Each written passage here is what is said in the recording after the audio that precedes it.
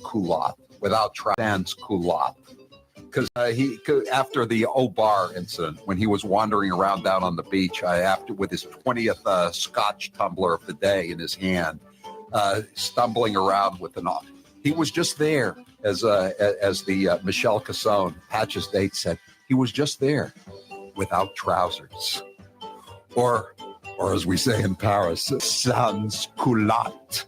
We've seen nothing that I can work with President Bush on, and I'm disappointed because I thought that there might be some interest because of what he said in the campaign.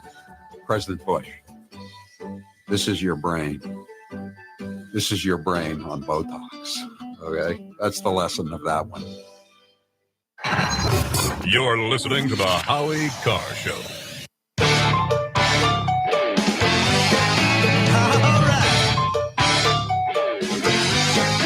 Thank you, New England, for supporting Music Drives Us. Since 2006, we have used the power of music to benefit communities throughout the 6 states of New England. During this time, we've proudly supported more than 200 schools and donated upwards of 1,000 instruments. And this year, we're getting ready to donate all over again. Our work is made possible through your continued support of our musical mission. Whether you donated, volunteered at our events, attended our concerts, or engaged with us on social media, thank you. We hope you'll stay tuned with what we have in store for this year because it'll be our best year yet. Visit us at musicdrivesus.org. That's musicdrivesus.org. Or follow us at Music Drives Us on social. Together, we can keep music in our schools.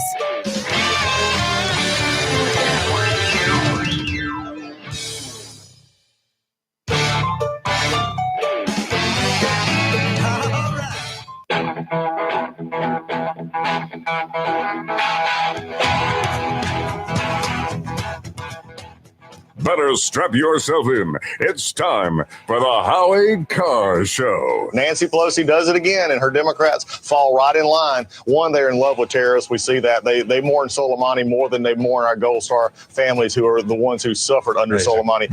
I feel ill a little bit. President Trump recklessly assassinated Qasem Soleimani. He had no evidence of an imminent threat or attack. There are those who think, well, it was in Iraq, so it counts. Or it was an assault on Iran, so it shouldn't count. Live from the Matthews Brothers Studios. CBS News has learned that U.S. officials are confident that Iran shot down a Ukrainian jetliner in the hours after the Iranian missile attack on U.S. targets. The head of the Civil Aviation Authority has publicly come out and said that's simply not true. I have my suspicions. It was flying in a pretty rough neighborhood, and somebody could have made a mistake. Who's your captain? Howie Carr. Senator Dianne Feinstein says the longer it goes on, the less urgent it becomes. So if it's serious and urgent, send them over, meaning the articles. If it isn't, don't send it over. Whatever the ploy was, she's made her point, and that's it. I mean, basically, Mitch McConnell has sort of won this one. There will be no haggling with the House over Senate procedure. The House Democrats' turn is over. The Senate has made its decision. Unchained and unstoppable. This has gone on since the day I came down the escalator. This isn't just the Ukraine hoax. This is the witch hunt, the whole thing with Russia that turned out to be a total fabricated plot. The ones who are guilty are the Democrats, the DNC, and all of the dirty cops that were involved that we caught. Rump swabs, hacks, and moonbats beware. It's Howie Carr. Welcome to the Howie Carr Show. If you'd like to join us, the toll-free number, 844-500-4242, 844-500-4242. Did you hear CBS? CBS has given a choice on the question of what happened to the Ukrainian airliner that fell out of the sky when it departed Tehran the other night, or early in the morning after the missile attacks. And the U.S. says, and so do Iranian sources, that the Iranian military shot it out of the sky by mistake with a Russian SAM missile, surface-to-air missile. And so, you have your own common sense tells you, did the plane just fall out of the sky? Or was it shot down? And the government of the United States makes the unremarkable, common sense observation. It appears it was shot down. Who does CBS believe? No, they don't believe the government of the United States because Donald Trump is president. They believe the mullahs. The mullahs are lying about it, and CBS just swallows the propaganda, just like MSNBC swallowed the propaganda that 30 Americans had been killed in the bombing on what was it, Wednesday night. Just a couple of minutes ago, the head of the Civil Aviation Authority has publicly come out and said that's simply not true. The Iranian Revolutionary Guard affiliated website has furthermore said this is a conspiracy that's being cooked up by the opposition and Iran's enemies. Originally, the Iranian Civil Aviation Authority said, we know that the plane was on fire when it turned back, and we say it was a catastrophic mechanical failure. Yeah, when you get hit by a missile, that's a catastrophic mechanical failure. And usually planes don't rise up to the level that they normally fly at if they've got mechanical problems. They never really actually get very far off the ground. That's the history of commercial airline flight failures, and also just regular private flights. It's ridiculous. I mean, it's just incredible what's going on here. That I just got a text here from 978. I'm the father of an Afghanistan veteran who just got back after a terrible tour for him. He had to kill 2 Taliban soldiers who attacked his outpost. And I'm just going to get it down here so I could read it. He is forever changed, but he's strong and tough and still active, so he may end up back over there. He wants to be with his friends to protect this country. The reason I'm texting is because I'm so aggravated by the people in this country, especially Democrats. When I hear how we kill this general and how unlawful and how it's escalated the situation, he's just a man. He's no different than my son. What about all the Gold Star families who've lost their children to this bleepity bleep? The injured soldiers scarred for life. Honestly, I believe these politicians are approved because they're now fair game. It's okay for my son to be over there on the ground sacrificing everything. This general is in a foreign country while we're at war. Man for soldier, soldier for soldier. Don't ever diminish the importance of my son and his brothers in arms. Thank you, Howie. I mean, it really is true. I mean, Doug Collins he's in the intro. Trump is in the intro. Let's play some of these cuts. And I'm sure Trump is in Ohio today. He's going to be at a rally in Toledo tonight at 7:00. And I assume he's going to be addressing some of these issues. But he was talking about it this morning at his availability at the White House. Cut number 1. You know what bothers me? When I see a Nancy Pelosi trying to defend this monster from Iran who's killed so many people, who's so badly. I mean, so many people are walking around now without legs and without arms because he was the big roadside bomb guy. He was the one who'd send them to Afghanistan, he'd send them to Iraq. He was big. That was his favorite thing. He thought it was wonderful. He doesn't think it's wonderful anymore. When Nancy Pelosi and the Democrats want to defend him, I think that's a very bad thing for this country. I think that's a big losing argument politically, too. Right. I mean, it wasn't that long ago. I don't even think maybe 10 years ago, the Democrats would have all applauded and saluted the fact that this bloodstained fiend had been removed from the scene. But now they're defending him. And Doug Collins, the congressman from Georgia, who should be by now the senator from Georgia, but I don't know what's wrong with Governor Kemp down there. He wanted to appoint a rhino woman to the seat that Johnny Isakson gave up because of ill health. So he's still in the House of Representatives, and he'll probably be one of the managers. If Nancy Pelosi ever sends over the articles of impeachment, he'll be one of the managers for the president. But this is Congressman Doug Collins on the same subject today. Cut 2. It just is amazing. I mean, if it wasn't so sad and serious with our country to have Nancy Pelosi, I did not think she could become more hypocritical than she was during impeachment. But guess what? Surprise, surprise. Nancy Pelosi does it again, and her Democrats fall right in line. One, they're in love with terrorists. We see that. They mourn Soleimani more than they mourn our Gold Star families, who are the ones who suffered under Soleimani. That's a problem. But also look at this. In 2011, when President Obama went into Libya and stayed longer than, quote, they thought, the war power says he should stay, they said nothing. In fact, she actually excused it and said, this is just what, presidents do. Trump derangement syndrome. I mean, it gets worse every day. Every day. This is Pelosi. Today is Thursday, so that means Pelosi did her weekly press conference, and she's getting a lot of grief about this. The fact that the night of the bombings, we told you about it yesterday. She got a call from Mike Pence wanting to fill her in because she's number 3 in line. She's behind Pence. It's the president, the vice president, and then the Speaker of the House in line for the presidency. So he wanted to fill her in. She wouldn't take the call. You know why? She was at the grand opening of a posh new seafood restaurant in the Navy Yard in D.C. So here's Pelosi today defending Iran. Cut 4. The argument would be made that, putting the shoe on the other foot, if the United States had a high level, maybe the second most important person in the country, assassinated wherever, the United States might consider that an assault on our country, right? And the Iranians might as well, even though this took place at the Iraqi airport. And so it's foggy. There are those who think, well, it was in Iraq, so it counts. But it was an assault on Iran, so it shouldn't count. What the hell is she talking about? I think she thinks she's making some kind of,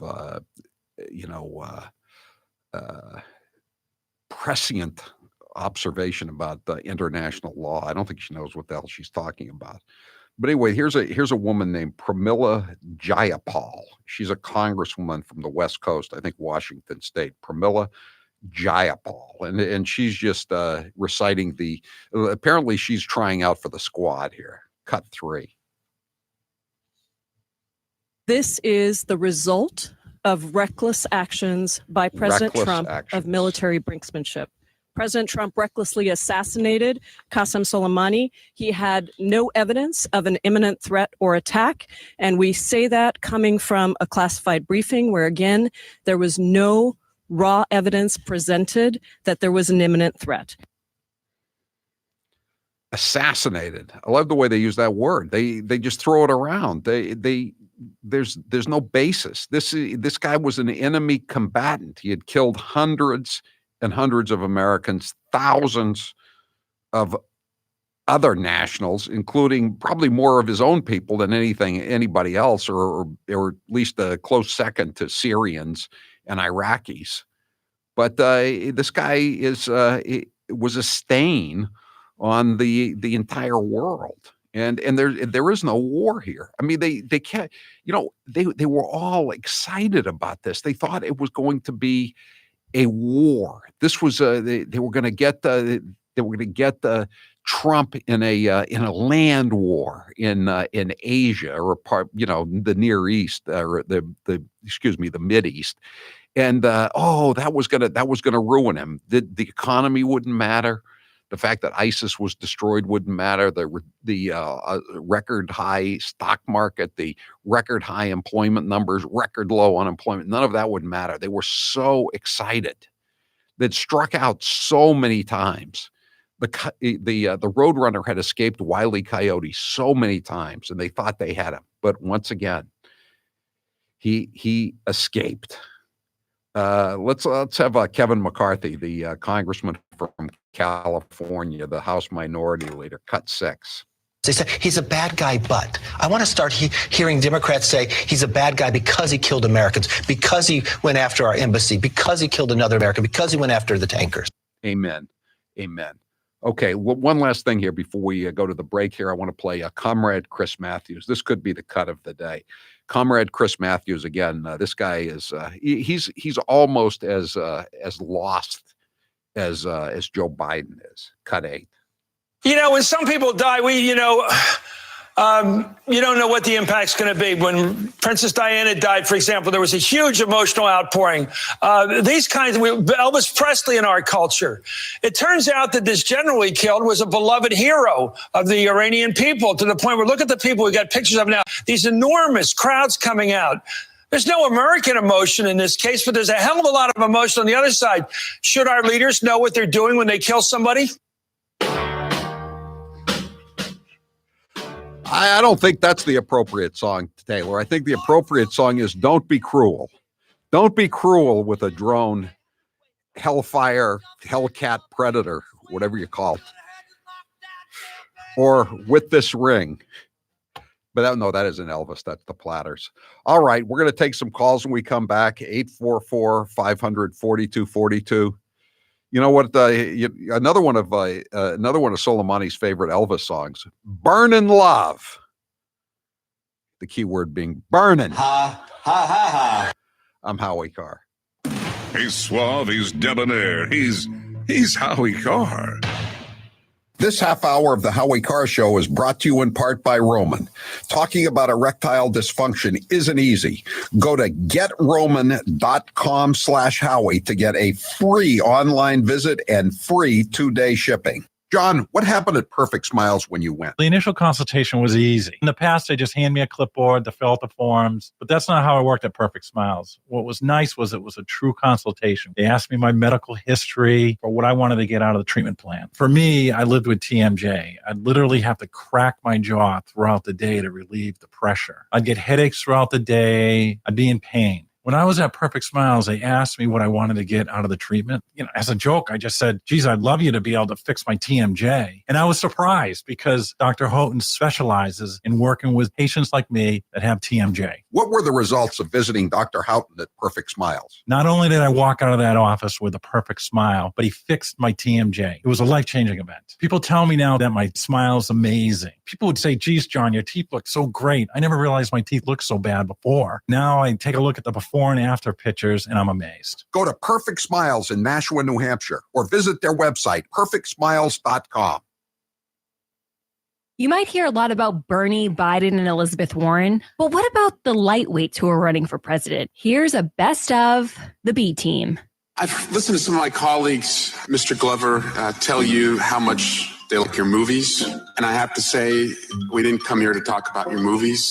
We came here to talk about your activism. I like your activism. I also like your movies, but I want to give you a chance because I haven't heard the other side other than tell you that they like that they like your movies. I think the NRA is the worst organization in this country for doing exactly that. They care more about the profits than the American people. I learned a long time ago about polling. It's not where you start, it's where you finish. I mean, right now, I got nowhere to go but up. Millions living in the shadows, working some of the toughest jobs, kept in modern day bondage. People commit crime. Crime happens. I have won every single congressional district in my state, including Michelle Bachmann's, okay? That's when you guys are supposed to cheer.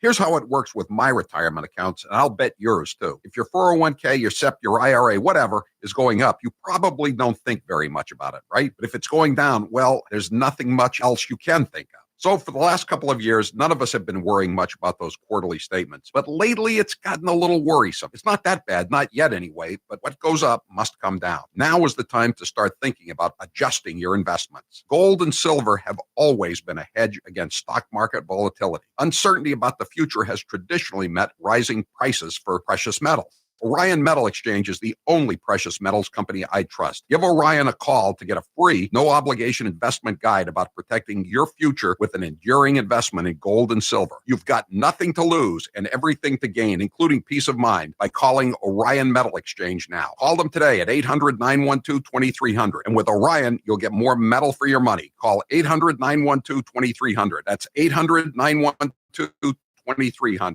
And now, some of my favorite fake Indian cuts of all time. I'm not going to ask you for your favorite curse word. Actually, I am. Do you have a favorite curse word? Poop. Poop? Oh, that's a goody two shoes favorite curse word if I ever heard one. Are you kidding? Have you ever seen a woman like me look you straight in the face after you finished some long explanation of something and then just said, poop? Hold on a sec. I'm going to get me a beer. I am not sure what she's talking about as far as a rally with. It was a rally in Bern, Oregon, is that you have to figure out who you are. I grew up in a family that was barely hanging on to the ragged edge of the middle class. And my Aunt Bee has walked by that picture at least 1,000 times, remarked that her father, my papa, had high cheekbones like all of the Indians did.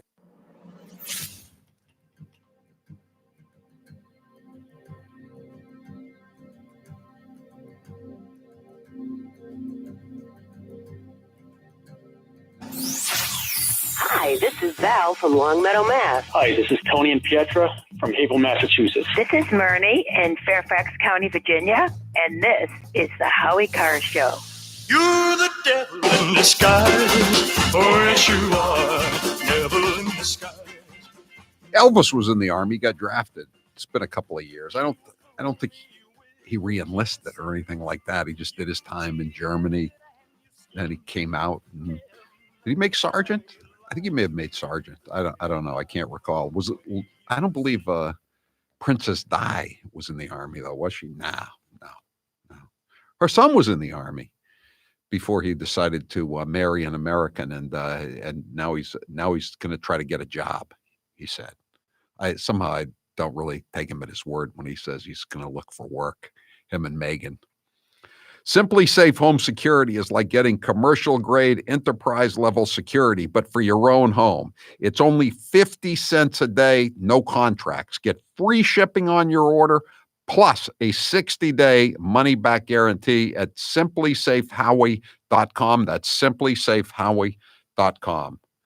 And the chairman of the Joint Chiefs of Staff and the Defense Secretary are pushing back against the CNN, MSNBC line that, Iran didn't mean to kill any Americans. This was just a symbolic strike with the missiles. They just wanted to make the point, and they didn't want to hurt any Americans. But the Defense Secretary and the chairman of the Joint Chiefs of Staff, General Milley, say that that's not true, that they were trying to kill Americans. They just didn't have it together, as you can see by the fact that they shot down a commercial airliner that had more Iranians on board than anybody else. There were more. There were only 11 Ukrainians on the flight. There were 80 plus Iranians on the flight. The second largest contingent from any country was from Canada, by the way, 63 Canadians killed. 603 says General Soleimani's favorite Elvis song was Love Me Tender. That's pretty good, Tinder. I like that one. Taylor, what's the question? What are the results thus far? Were the Iranians trying to kill Americans in their missile strikes? I believe they were, yes. 43% say yes. Really? 57% are believing the alt-left media, huh? I don't know if they believed the media or they were just thinking independently that they were just trying to save face with their own citizens. I think there was some of that too, but I think I don't think that they have the skills. Obviously, I mean, 1/3 of the missiles didn't even go off, and then they're apparently their radar systems are so bad that they shot down a commercial airliner that was leaving the Tehran airport. I mean, they're not exactly at the top of their game, I don't think. As what did Trump said last week? Said they've never won a war nor lost a negotiation. I thought that was a brilliant line. Dave, you're next with Howie Carr. Go ahead, Dave.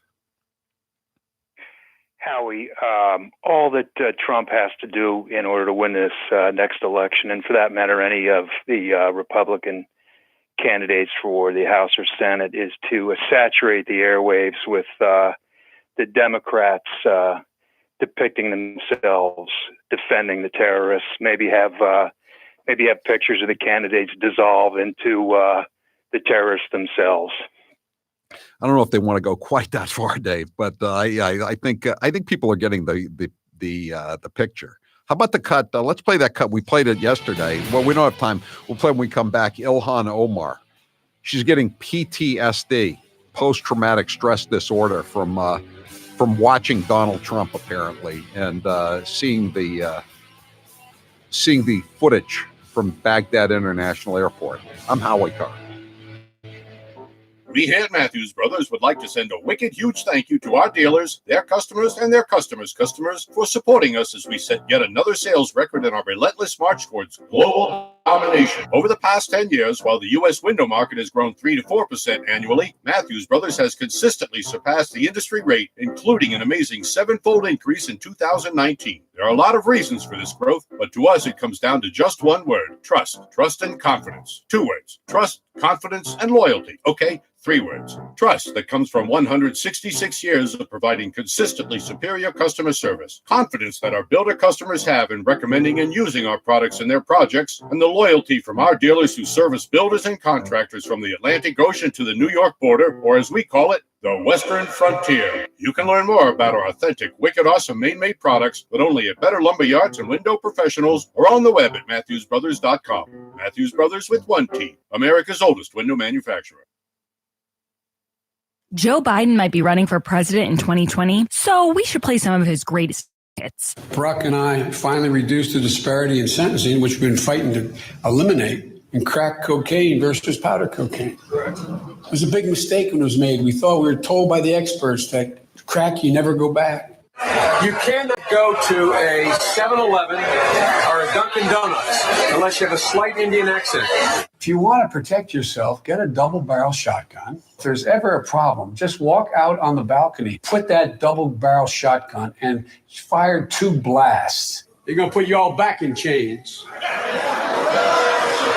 Give me a break. That's a bunch of malarkey. The 3-letter word, jobs. Jobs. Jobs. One man stands ready to deliver change we desperately need. A man I'm proud to call my friend. A man who will be the next president of the United States, Barack America. I'm here with Dr. Bruce Houghton from Perfect Smiles in Nashua, New Hampshire. Dr. Houghton, tell us about the state-of-the-art procedures that can help many people look 10 to 15 years younger. As we age, we do lose these proper proportions to our faces. And so if you're deficient in your chin or mid-face, we can create the proper proportions and make you look great. Sometimes we use orthodontics to change the look of the face. Sometimes we just use the teeth themselves and it creates the right support for a beautiful face. They're all non-surgical procedures. There's some pretty complex cases that you deal with. Give me an example of a tough case. Well, some cases people just are missing a lot of teeth. I get a lot of people that come in and think that I cannot solve their problems because they're too great, but I really can. We've been doing this for over 35 years and there isn't much that we haven't seen. So even if you're missing a few teeth or your teeth are discolored or you're very embarrassed, there's no reason not to come in for a consultation, right? Absolutely. New techniques, new technology, things are available to us that we never had before, and we can handle just about everything. Where can people find you? So you can find us at perfectsmiles.com or call 844-A-PERFECT-SMILE. And now, 1 minute of Nancy Pelosi. It is a bill that is much needed for our farmers and ranchers. I think there are only 47 votes against it in the House of Representatives. The American people should know the source of it. Again, we are engaged in the year-end continuing resolution, Homeland Security. I'm not sure. No, I haven't spoken to him since he called the other day, which was a very amicable conversation. Amiable, I guess you would say, not amicable. And I talked to Chuck last night to say, we haven't had an answer. There are other things that are going on that are newsworthy, and I think you'd have more viewers or readers if people address concerns that people have. The list goes on about the You can call him Fat Boy, just don't call him late for dinner. He's Howie Carr.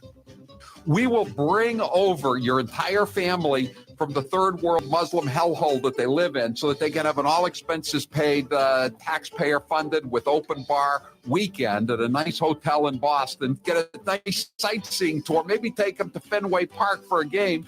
so they can see their savage Muslim terrorist kinsman sentenced to death. But the president of the United States of America can't be allowed to speak before Parliament because he's such a terrible barbarian, as opposed to the dictator of Red China. And I'm going to call it Red China. Since the Dems are down on Russia, we might as well go after all the communist dictatorships that are left, right? Russia isn't even a communist dictatorship; it's just authoritarian now. But let's call it Red China.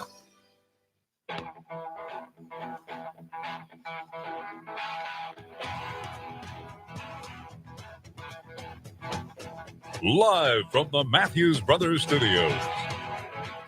844-500-4242. 516 says on Soleimani's last flight back to Tehran, he didn't need to put down the armrest. No, he didn't. He didn't mind sitting in the middle seat. He was sitting across. He was in a cardboard box, running across all three rows. 844-500-4242. I just want you to hear Ilhan Omar. Remember, this woman was spent her early years in a refugee camp in Kenya. Her family had basically been run out of Somalia because they were on the losing side of a civil war. Another Muslim failed state, Somalia. And she got to come into the United States apparently under a false name. She married her brother in some immigration fraud, according to all available evidence. She's committed income tax fraud by filing joint income taxes with somebody she wasn't married to because she was married to her brother. She's committed multiple crimes. She's now paying her boyfriend hundreds of thousands of dollars out of her campaign account. But she's a congresswoman. She has no skills, no trade, no profession. She's making, close to $200,000 a year. Plus, she's not paying many taxes because of the way the tax laws are written for congressmen. And yet, she has not an ounce of gratitude to the country that took her in. Not an ounce. Listen to this. Cut 5. I feel ill a little bit because of everything that is taking place, and I think every time I hear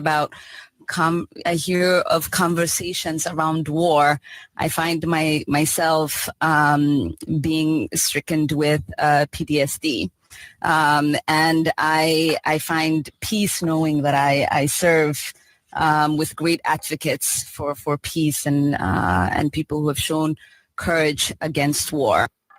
Stricken. I feel stricken. She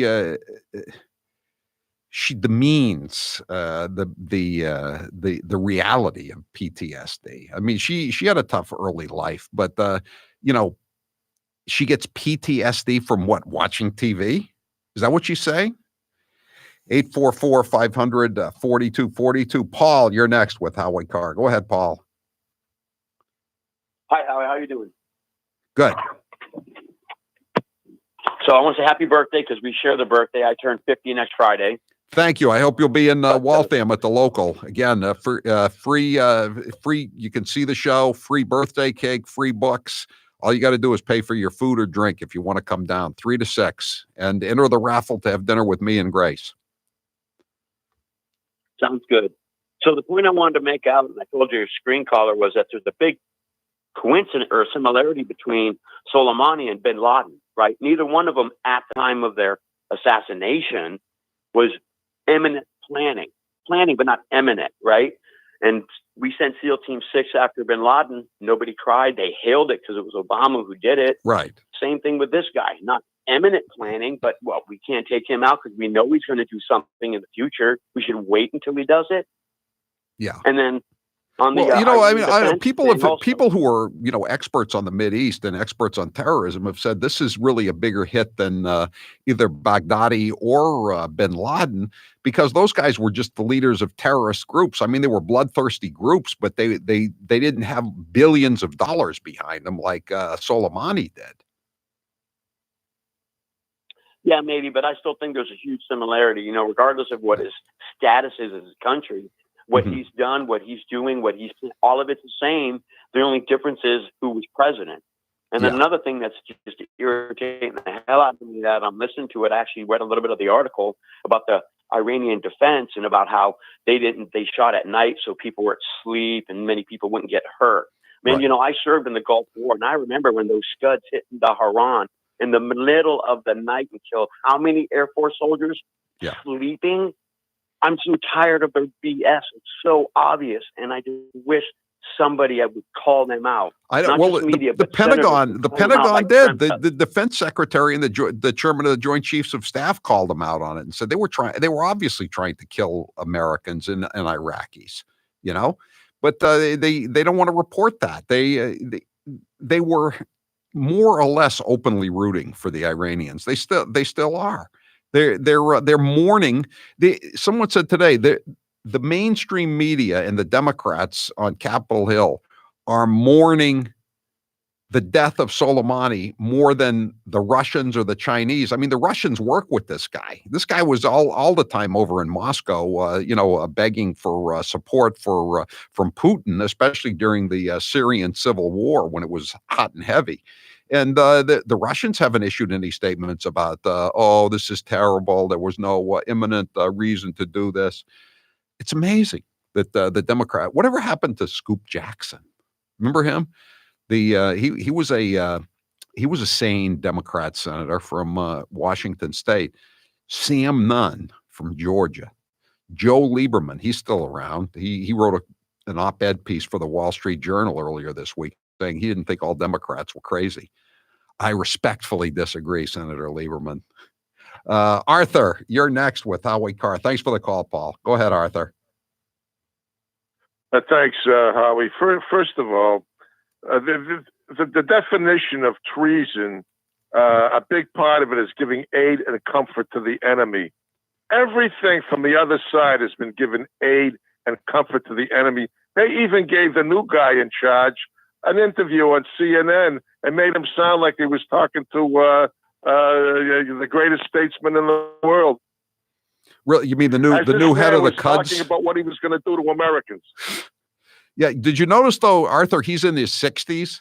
You know, that's not. When Soleimani took over, he was in his 20s. And, this is like the mob. It used to be that the mob would have young guys coming up all the time.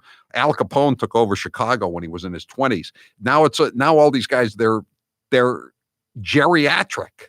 And it's the same. I think it's the same thing with the Iranian revolution. They're all, and the thing is now they all trusted Soleimani because he'd come up through the ranks and had always been the boss and all this. Now they're all like looking over each other's shoulders and they're thinking, Arthur, I love this part of it. They're all thinking, who tipped off the Americans? Who set up the hit? Who did this? They all got to be looking over each other's shoulders. And that's good.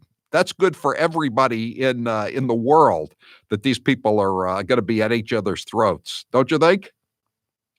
Oh, absolutely. And I'll tell you something. Many years ago, there was a song that I heard playing at the Dudley Station called One Eye Open. And I guarantee you that all these people in Iran, all these thugs and terrorists, are all sleeping with one eye open and wondering, when are they next? Yeah, I know. I think that's one. I think even though I think they were trying to kill Americans with those strikes the other night, I think that when dawn arrived and they knew that there weren't any casualties, despite what they were telling MSNBC, and MSNBC was breathlessly reporting, they were happy about it because they knew that they could now go back to just skimming the float off of all the money that Obama gave them. Thanks for the call. Officer Mark says, any news on who will get Soleimani's leftover airline miles? 844-500-4242. Someone wants to know if the Canadian Prime Minister Justin Trudeau is he up in arms about this? Yeah, there were 63 Canadians on that doomed Ukrainian flight, almost as many as there were Iranians. What's he saying? Are they angry about this? 844-500-4242. There have been important developments regarding the potential causes of this deadly crash, developments of which Canadians should be made aware.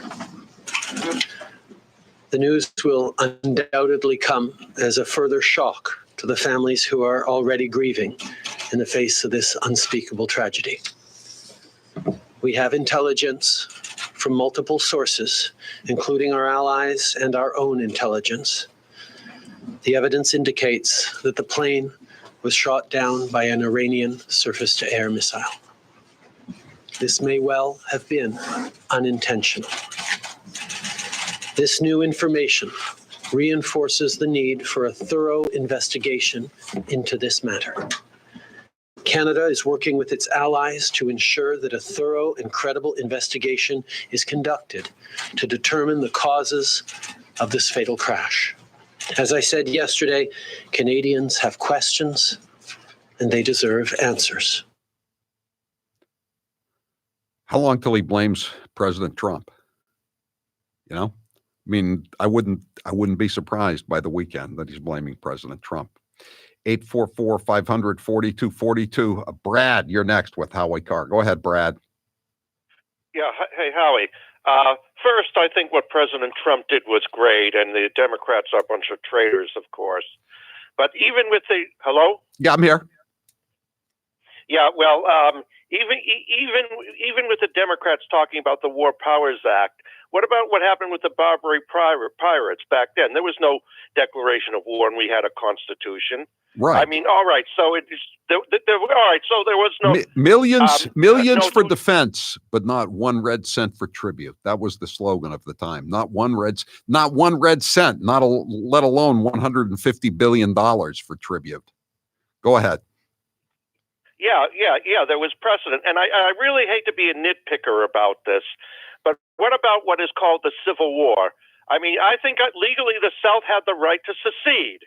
You want to get so nitpicky about it? We're in the Constitution. Well, I don't know. I don't know about that, but I mean, we've got a lot of nullification going on right now with these communities, cities, and states claiming to be sanctuaries, and they don't have to enforce the immigration law. I don't know if you saw it.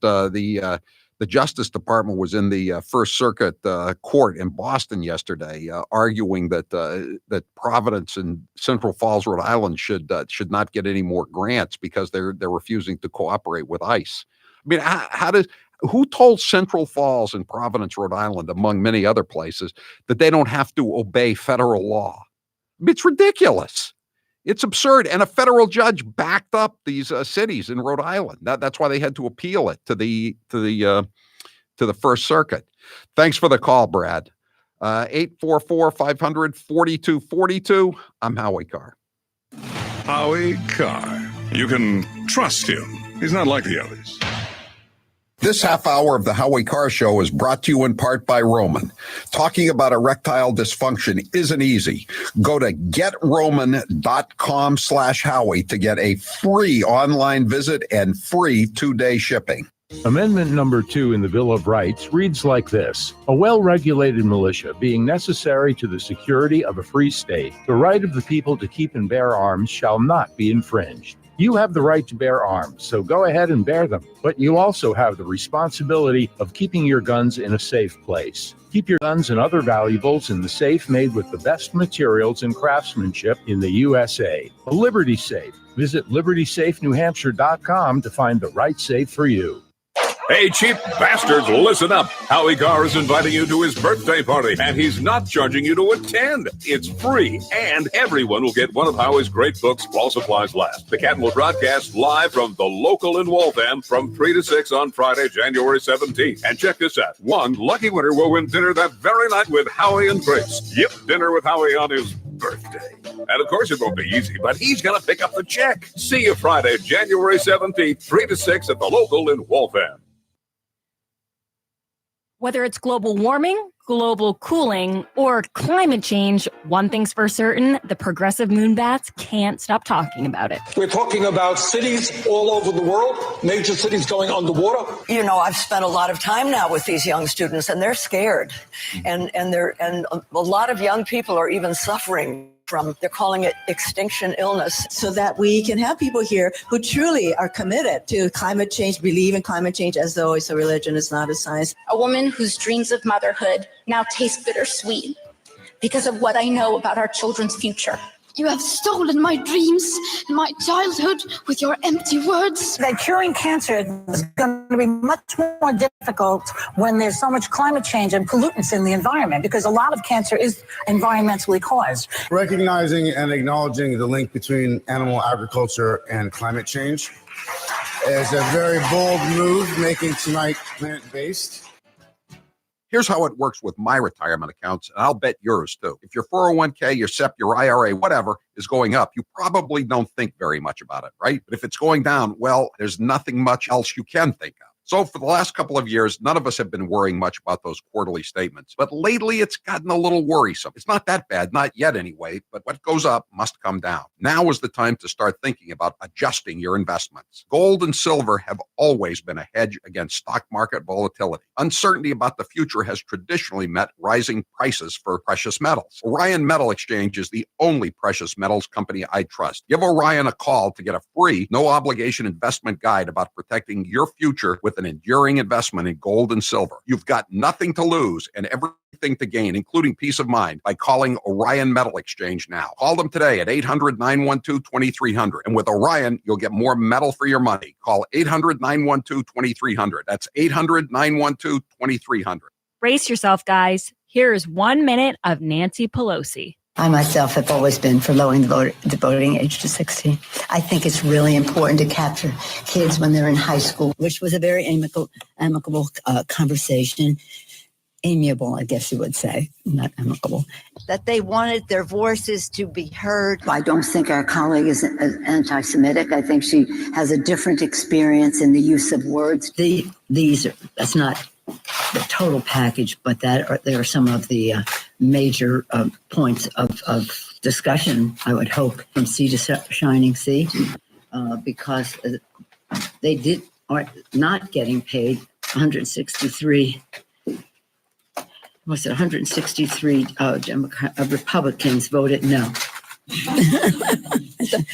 Wisdom from the kitchen of the Willard Hotel, yes, ma'am. The president either doesn't know what he's talking about or doesn't want to know what he's talking about.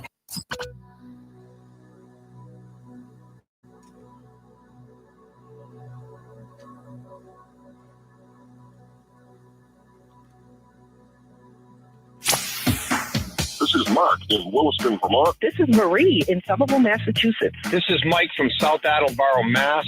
And this is the Howie Carr Show. So glad Trump is running the government of the United States rather than Justin Trudeau. Sorry about that, Canadian listeners. That's the way I feel. And apparently a couple of reporters did ask him, do you blame President Trump for what happened to our citizens? Absurd. Joining us now on the line, as he does every Thursday at this time, is Kevin Frisby. He's the financial advisor of the Howie Carr Show, and he's the chief executive officer of FrisbyAdvisors.com. Kevin, what's going on in the economic world this week? It seems like it's a sort of that we do this. We talk about the same things every week. Stock markets are at an all-time high, right? Yeah, I'd rather be talking about it down in the sunny state of Florida instead of this cold Maine. I got to tell you right now. Yeah, it's another new high today. Although I got to tell you, last week when we were down in Mar-a-Lago, we were a little concerned about the markets going forward with this Iran crisis. But it seems that they've stood down, and the markets respond to that today. Not only that, the Chinese are coming to town to sign the deal. And I heard this morning that Xi's not coming himself because he doesn't want to take responsibility for signing the deal in case it doesn't go good for the Chinese. But Trump's going to get that done, at least the first round of the tariff talks. So markets continue to march. Yeah, Kevin and his wife Erica were with me and the mailroom manager last Thursday night at Mar-a-Lago, and you guys, you saw the president come down the stairs, and as I've said since then, he calm, cool, and collected. Right, exactly. And he didn't he went into that side room there off to the right from the dining area before he came into the dining area. Never seen him do that before, but then I've never seen him order a strike on a Baghdad International Airport before he had dinner. So it was quite. You were there for a historic evening, Kevin. It was historic. I appreciate the invite. It was a lot of fun to be down there, and I just kind of sat in awe, as you know, just a few tables over from the president, watching all that go down. It was pretty fascinating time. Yeah. So the markets are still at an all-time high, and you still have to make decisions if you're if you want to do something here. I mean, what goes up must come down. But on the other hand, everything seems to be going pretty smoothly. There's no concern about impeachment, obviously, and the brief palpitations over Iran has seemed to now be in the rearview mirror as well. So far, it looks like that, Howie. So you're right about when you talk about money and markets. Today, our giveaway is a copy of the 401k Survival Guide. It's a 20-pager, giving a lot of insight and direction on your 401ks. And the reason I'm giving that away today, it's the beginning of the brand new year. It's a good time to get a handle on what's going on. And most people feel like they don't have a financial plan in place. So getting that guide is kind of a first step in kind of getting things lined up for your retirement. Yeah, it's always you always wonder if you're doing the right thing when you're with your investments. But here it is. The market's at an all-time high. It's been rising, spiraling upward for the last few years since Trump became president. But on the other hand, you don't want to get in at the last minute and then get caught when there's a correction. I mean, it's every kind of market is different. Nerve-wracking in its own way, and that's the way it is now. You don't want to be left behind, but you don't want to be caught out on a limb either, right? So that's why you need to have your 401k evaluated. How do people get their 401k survival guide, Kevin? And by the way, no obligation. They can call us up at 1-800-989-9100, and we'll get that emailed out to them. And just a matter of giving a phone call. We'll take your call here at Frisbee & Associates and get that over to you. And again, it's a start in the planning process because most people feel like they don't have a plan in place. And that's no obligations or anything like that. Just call up and it'll be sent to you. It'll be mailed to you or emailed to you. So what's the number again, Kevin, if people want to get the 401k survival guide? Phone number is 1-800-989-9100 or find us on frisbeebenefits.com. Frisbeebenefits.com, FRISBIE. One thing we meant to mention last week, we were talking about it down at Mar-a-Lago, is we were talking about this money grab that Congress has put in, a bipartisan money grab to stop people from basically passing on their 401k when they die. The government wants its cut immediately. And you told me that there was particularly one senator. He's been doing a great job on Iran too. But who's the senator who tried to stop the big money grab on the 401ks? That was Ted Cruz. Ted Cruz tried to put a filibuster in to not let that get through the Senate until it was evaluated, until we get at least enough public information out there. I've had 10 appointments so far today, Howie, and I've talked to every single one of those clients about the Secure Act and how it's going to affect their kids. Got to get involved. Call 1-800-989-9100. Thanks, Kevin. I'm Howie Carr. If you're in or near the financial red zone, that's 2 to 5 years from retirement. Do you know how your nest egg would fare if the market had a major correction? Does your plan have too much risk? Are you being too conservative? It's time to stress test your retirement plan. Call Kevin Frisbee at Frisbee & Associates and ask for your retirement plan stress test. It's a $500 value and it's yours at no cost. 800-989-9100. Find out where your plan is today. Maybe it's time to lock in those gains, reduce your risk, and make sure your portfolio has the diversification needed to weather the inevitable bear market. Kevin can help take the worry out of living in retirement. Call now for your no-cost or obligation retirement stress test, a $500 value. Call Kevin today, 800-989-9100. That's 800-989-9100. And catch Kevin on the Howie Carr radio program every Thursday afternoon for a market review and tips on creating the retirement of your dreams. The Moonbats always say Donald Trump isn't very bright. But what about Barack Hussein Obama. Let's listen to some of his greatest hits. I've now been in 57 states. I think one left to go. I don't know what the term is in Austrian. The Cambridge police acted stupidly. And there has never been any man or woman more qualified for this office than Hillary Clinton. There are neighborhoods around the country where it is easier for a 12 or 13-year-old to purchase a gun and cheaper than it is for them to get a book. I believe in the Second Amendment. It's there written on the paper. If we fall for, a bunch of okey doke. A few months ago, when you were asked what's the biggest geopolitical threat facing America, you said Russia, not Al-Qaeda. You said Russia. In the 1980s are now calling to ask for their foreign policy back. He might not be flashy, but he's there when it counts. Here's 1 minute of Senate Majority Leader Mitch McConnell. For the first time in my memory, I agree with Nancy Pelosi. I am indeed the Grim Reaper when it comes to the socialist agenda that they've been ginning up over in the House. You've watched the fight. You've watched the tactics. But here's what I want to tell you. In the very near future, Judge Kavanaugh will be on the United States Supreme Court. Noted with great interest the Green New Deal. And we're going to be voting on that in the Senate. We'll give everybody an opportunity to go on record and see how they feel about the Green New Deal. Well, first on the impartiality issue, do you think Chuck Schumer is impartial? Do you think Elizabeth Warren is impartial? No. Bernie Sanders is impartial? So let's quit the charade. This is a political exercise. Nobody is supposed to be guilty until proven innocent in the United States of America. Look, we're at an impasse. We can't do anything until the speaker sends the papers over, so everybody enjoy the holidays.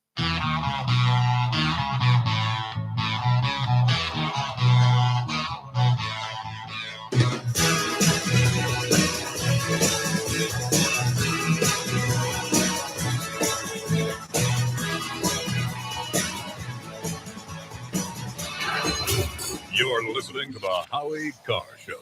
John, what happened at Perfect Smiles when you went? The initial consultation was easy. In the past, they just hand me a clipboard to fill out the forms, but that's not how it worked at Perfect Smiles. What was nice was it was a true consultation. They asked me my medical history or what I wanted to get out of the treatment plan. For me, I lived with TMJ. I literally have to crack my jaw throughout the day to relieve the pressure. I'd get headaches throughout the day. I'd be in pain. When I was at Perfect Smiles, they asked me what I wanted to get out of the treatment.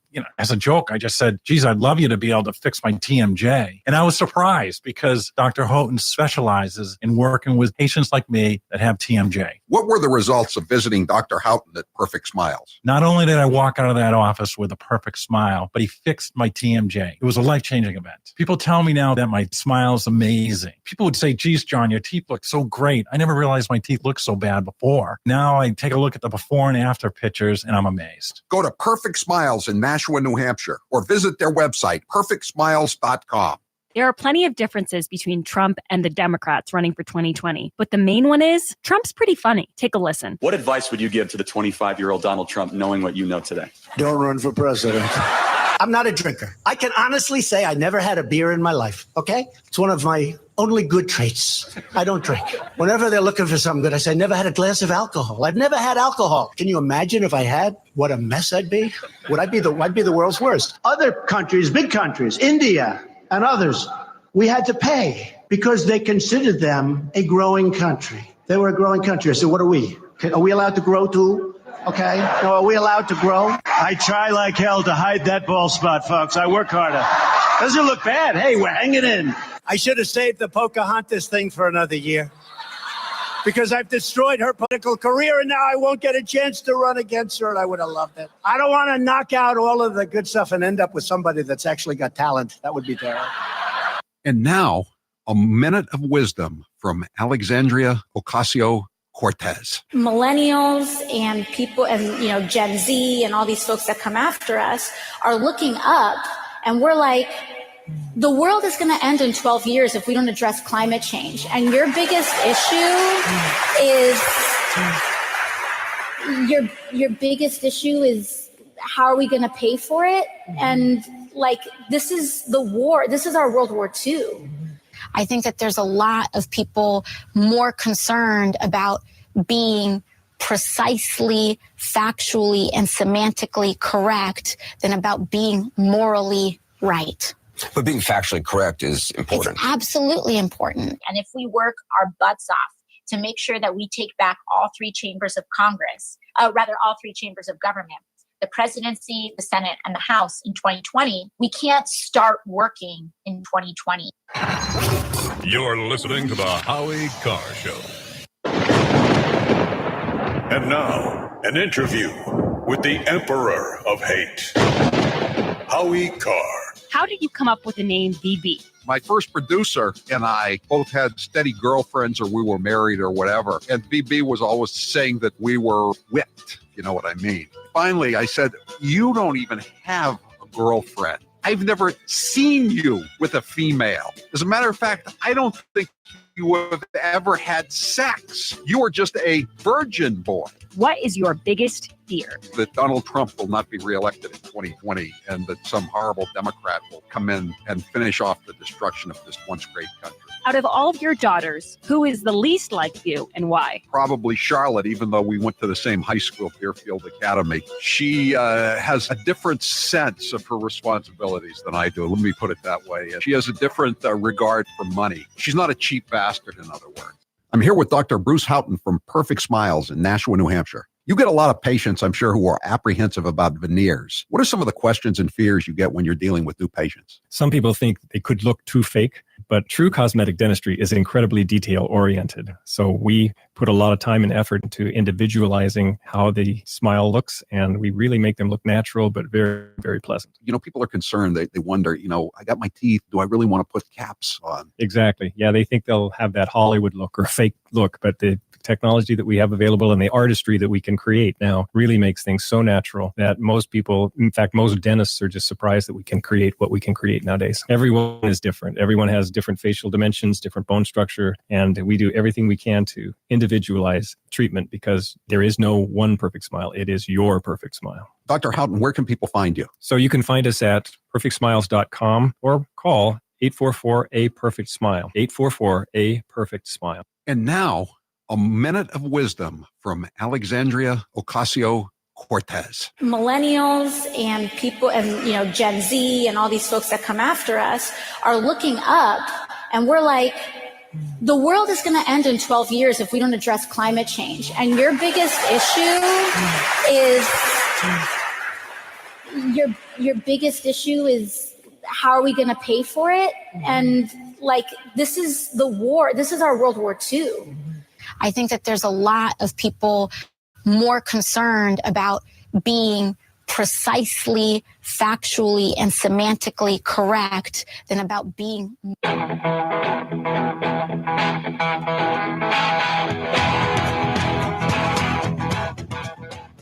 Better strap yourself in. It's time for the Howie Carr Show. Nancy Pelosi does it again, and her Democrats fall right in line. One, they're in love with terrorists. We see that. They mourn Soleimani more than they mourn our Gold Star families, who are the ones who suffered under Soleimani.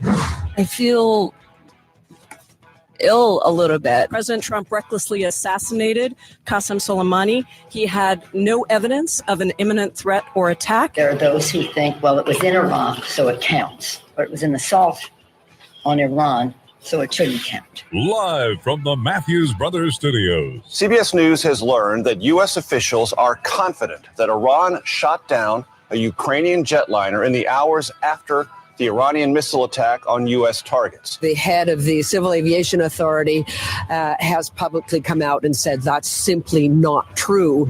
I have my suspicions. It was flying in a pretty rough neighborhood, and somebody could have made a mistake. Who's your captain? Howie Carr. Senator Dianne Feinstein says the longer it goes on, the less urgent it becomes. So if it's serious and urgent, send them over, meaning the articles. If it isn't, don't send it over. Whatever the ploy was, she's made her point, and that's it. I mean, basically, Mitch McConnell has sort of won this one. There will be no haggling with the House over Senate procedure. The House Democrats' turn is over. the Senate has made its decision. Unchained and unstoppable. This has gone on since the day I came down the escalator. This isn't just the Ukraine hoax. This is the witch hunt, the whole thing with Russia that turned out to be a total fabricated plot. The ones who are guilty are the Democrats, the DNC, and all of the dirty cops that were involved that we caught. Rump swabs, hacks, and moonbats beware. It's Howie Carr. Wow, neighbors turning on neighbors. Senator Dianne Feinstein and House Speaker Nancy Pelosi, they're both from San Francisco. They live in the same neighborhood. The Not old very age neighborly. the old age home. No, they live in Pacific Heights, both of them, and they're turning on one another over the issue of impeachment. Oh, it's so terrible to see Democrats at one another's throats. Especially old ladies like Di-Fi and Nancy Pelosi. But Grace has other fish to fry here. I got today. bigger problems on my mind, Howie. I know you do. I know you do. And they're across the sea. They're across the Atlantic Ocean, aren't they? They're a Grace? skip across the pond.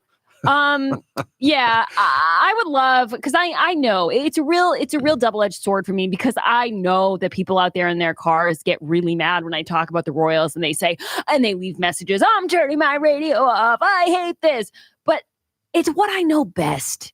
It's my bread and butter. I made my bones with these celebrities, Howie. And this is a culmination of it all. This is the Royals and Meghan Markle. She's a celebrity from the USA Channel. It boggles the mind. Howie, she's been chewing my ear off all day about this. Yeah. Oh, it's been unbearable. When Taylor at one point looked like he had fallen ill, I decided it was time for me to stop. I was getting Ilhan Omar's PTSD. I know. I got to tell you, I went to the supermarket across the street from where I live today, and I picked up the New York Post at like 6:30 in the morning, and I threw it at the checkout counter, and the woman who was running the register and the guy who was bagging the groceries, they both started looking and gossiping about it. I couldn't believe it, Grace. Oh, it was a great cover. I was going, give me a cover. break. I mean, look, they've moved to the U.S. and they're like Ralph and Alice Cramden. They're drinking Pabst Blue Ribbon beer, and Meghan Markle's got her hair up in curlers, and they're smoking cigarettes. And look at those rabbit ears on the TV set. One of these days, Meghan. Pow! Right in the kisser. So I didn't. It is pretty. It is a pretty funny cover. But you know what, Grace? I got to tell you, I don't care. I don't care. I know how, but can I tell you something? And this might be the only time I say this on the air. I don't care that you don't care, because I care so much.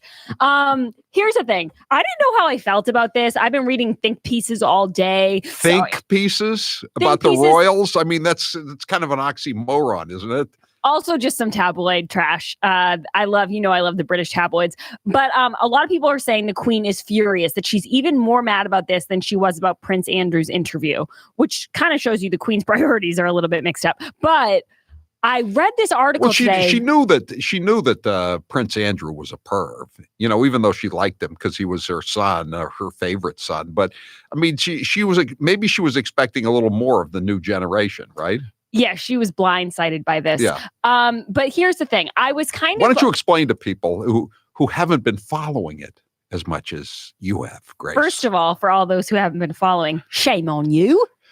Second of all, here's what happened. Meghan Markle and Prince Harry put out a statement yesterday, I think on Instagram, saying they're going to step back as senior officials or senior royals in the royal family. They're going to split their time between the UK and North America, probably Canada.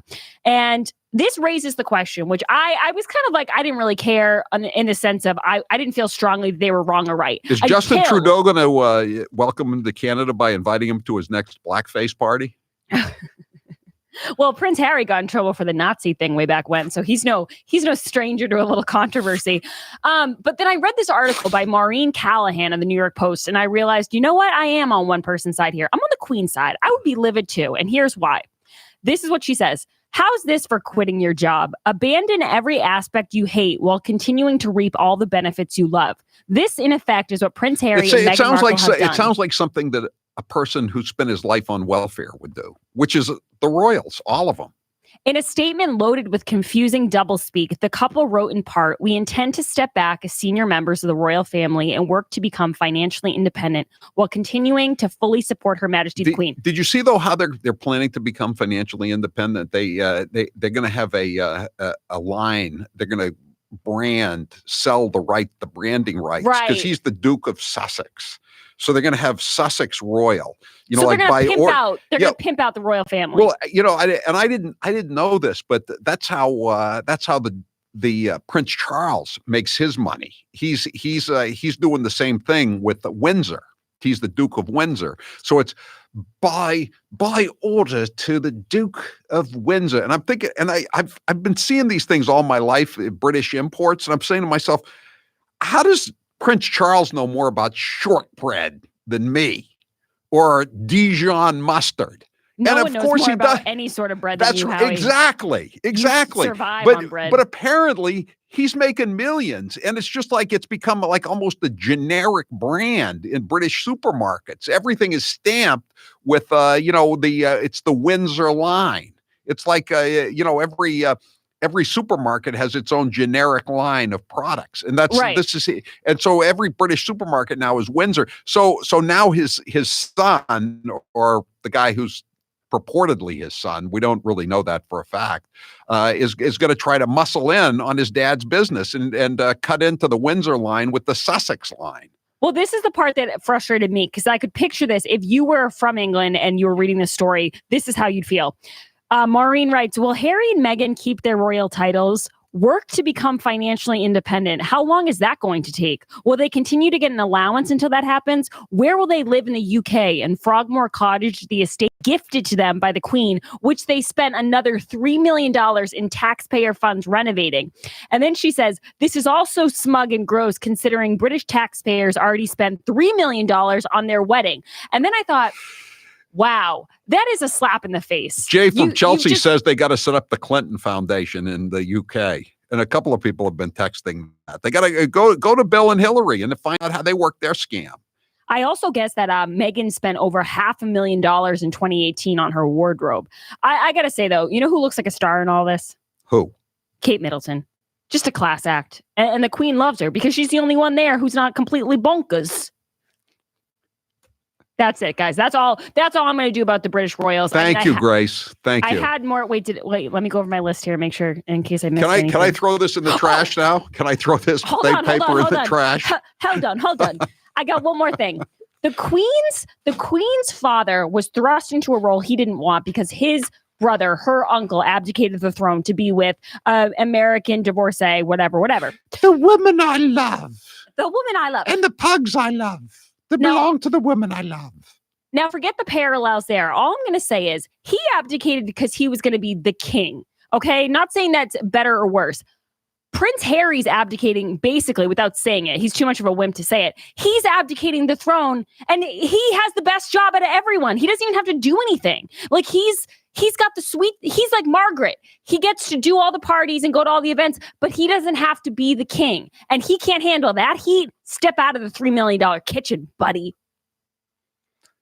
Well, I just don't think he wants to do any of the ribbon cutting. He still wants to keep the money coming in.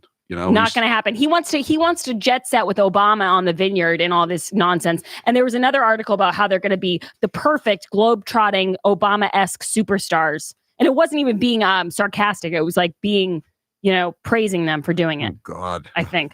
How boring is that? Can we not talk about them anymore for like several years now, Grace? I'm ripping it all up. Thank you. And I just threw the post into the trash. I mean, I will still be keeping up with them personally. So if anyone wants to tweet me their questions, G_Curly, I will be hooked on this like phonics for the next few days. Grace, when the phone don't ring, you'll know it's me on the Royals. Okay. Exactly. I've been calling Howie up during the day so I can talk about it with him. Because once you get him on the phone, it's kind of uncomfortable. He can't hang up on me. Guys, when we get back, I got more news, not about the Royals. I have AOC in the news. I have Nancy Pelosi in the news.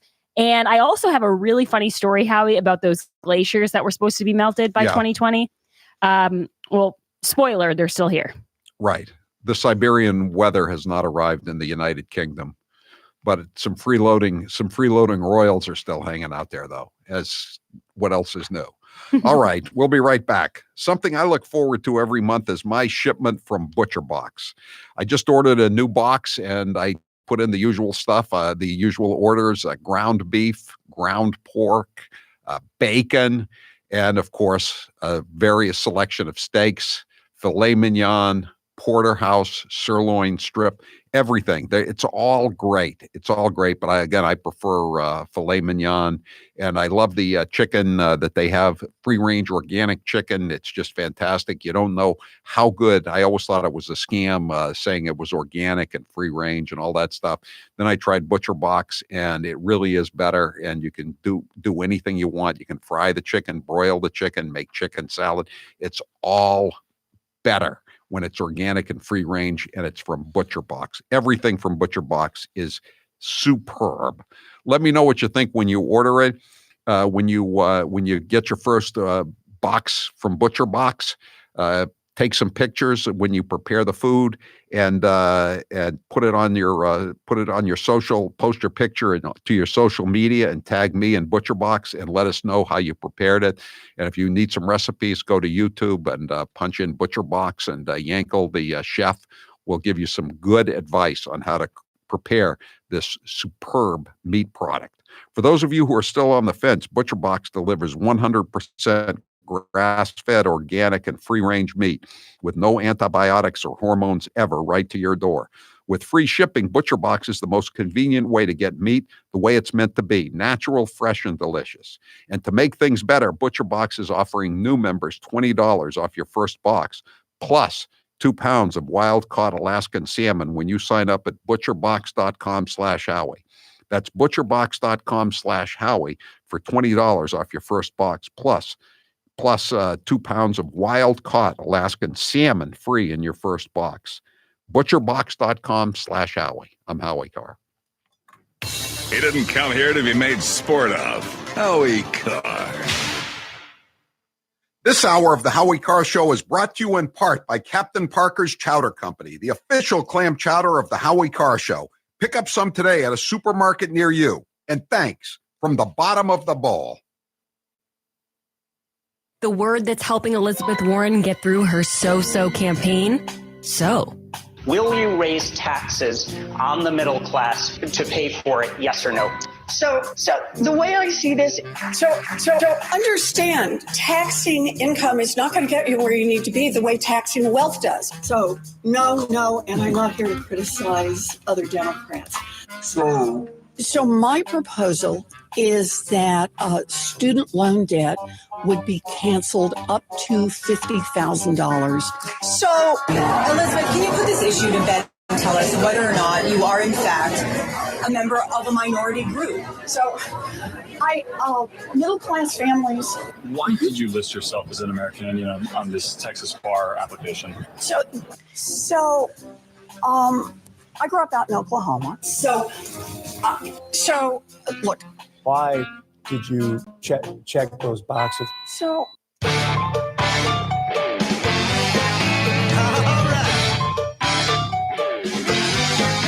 Thank you, New England, for supporting Music Drives Us. Since 2006, we have used the power of music to benefit communities throughout the 6 states of New England.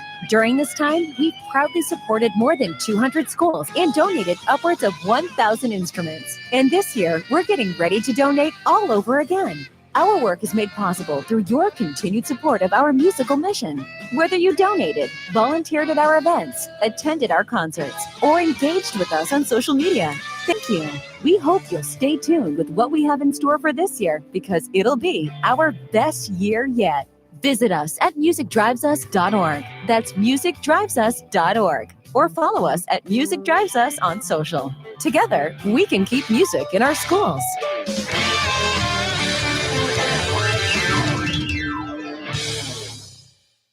Joe Biden might be running for president in 2020, so we should play some of his greatest hits. Barack and I finally reduced the disparity in sentencing, which we've been fighting to eliminate, in crack cocaine versus powder cocaine. Correct. It was a big mistake when it was made. We thought we were told by the experts that crack, you never go back. You cannot go to a 7-Eleven or a Dunkin' Donuts unless you have a slight Indian accent. If you want to protect yourself, get a double-barrel shotgun. If there's ever a problem, just walk out on the balcony, put that double-barrel shotgun, and fire 2 blasts. They're going to put you all back in chains. Give me a break. That's a bunch of malarkey. The 3-letter word, jobs. J-O-B-S, jobs. One man stands ready to deliver change we desperately need. A man I'm proud to call my friend. A man who will be the next president of the United States, Barack America.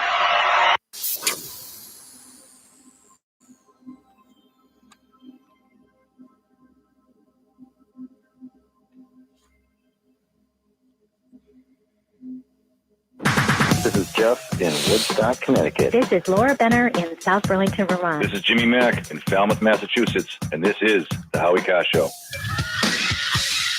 Simply Safe Home Security is like getting commercial grade, enterprise level security, but for your own home. It's only 50 cents a day, no contracts. Get free shipping on your order plus a 60-day money-back guarantee at simplysafehowie.com. It's also easy to install. simplysafehowie.com. Taylor, what's the poll question? What are the results thus far? Were the Iranians trying to kill Americans in their missile strikes? I believe they were. I'm going to go along. I'm going to believe the Pentagon and the defense secretary. They said yesterday they think the Iranians were trying to kill Americans. They were just incompetent. Thank goodness. 51% say, yeah, they were trying to get us. Ooh, close poll. Close poll. I'll tell you what else is close, Grace. The texters, a lot of our regular texters, Paul, the UPS guy, Limerick guy, they say they're checking out. They're going to check out our podcast. They don't like talk. They don't like this Royals talk. They're wondering why Irish people are talking about the Royals. Once in a while, once in a blue moon, guys, you gotta, let me do my thing. Let me get back to my roots, okay? Your roots. Tabloid trash is my roots. But I'm moving on. From that. I want to let people know that they should check out our Patreon. That's a sponsor of my news today. Patreon.com/HCRN. I've been making so much new content for the website, including a Get to Know Taylor backstage video that is superb. You're never going to guess who his favorite singer is, what his favorite song is. It's stuff that you would never, ever know about Taylor. Really riveting stuff. Really, yeah. Truly. So patreon.com/HCRN for that. I want to talk a little bit here about this whole situation, the bad optics for the Democrats when it comes to Iran, Howie. I have a theory. I think what's happened is the Democrats have this sense of arrogance from the easy way the press has dealt with them over the last few years, that they don't understand that we're paying attention and that this stuff bothers people. Seeing Nancy Pelosi rebuke a call from the vice president about an airstrike in Iran only to... Hey, come on. They were serving us some Chardonnay and some oysters on the half shell, Grace. First things first, Come on. Yeah, seeing her bar hopping with a vodka soda in her hand when serious stuff is happening, people notice that. I don't know when they got to the point of arrogance where they figured, we don't have to care anymore. Ilhan Omar can be up there laughing. I don't care if I was behind Howie in a live shot for TV, Howie. If you were talking about something and I knew I was on camera, I would not be giggling behind you. That is something that only people who think they are immune to criticism would do. Have you looked at the video of the fake Indian, Elizabeth Warren, doing the rain dance in Brooklyn? I did. Can I tell you something, Howie? Yeah. You know who she dances like? Who? You. She really does. How dare you? You know why? I told you I thought I was part Indian, Grace. You guys both use all shoulder. Your shoulders go up so high. That's the way we learned from Archie Bell and the Drells from Houston, Texas. Even we Julian don't only Castro, dance, but we sing just as good as we walk, or something like that. I think even Julian Castro was like, I dropped out, but damn, this is bad. Like, yikes, lady, get it together. In other news, though, CNN says national park signs warning glaciers gone by 2020 to be removed. Still touts man-made warming. There are actually signs in U.S. glacier areas. Yeah, a glacier national park. Who put those up?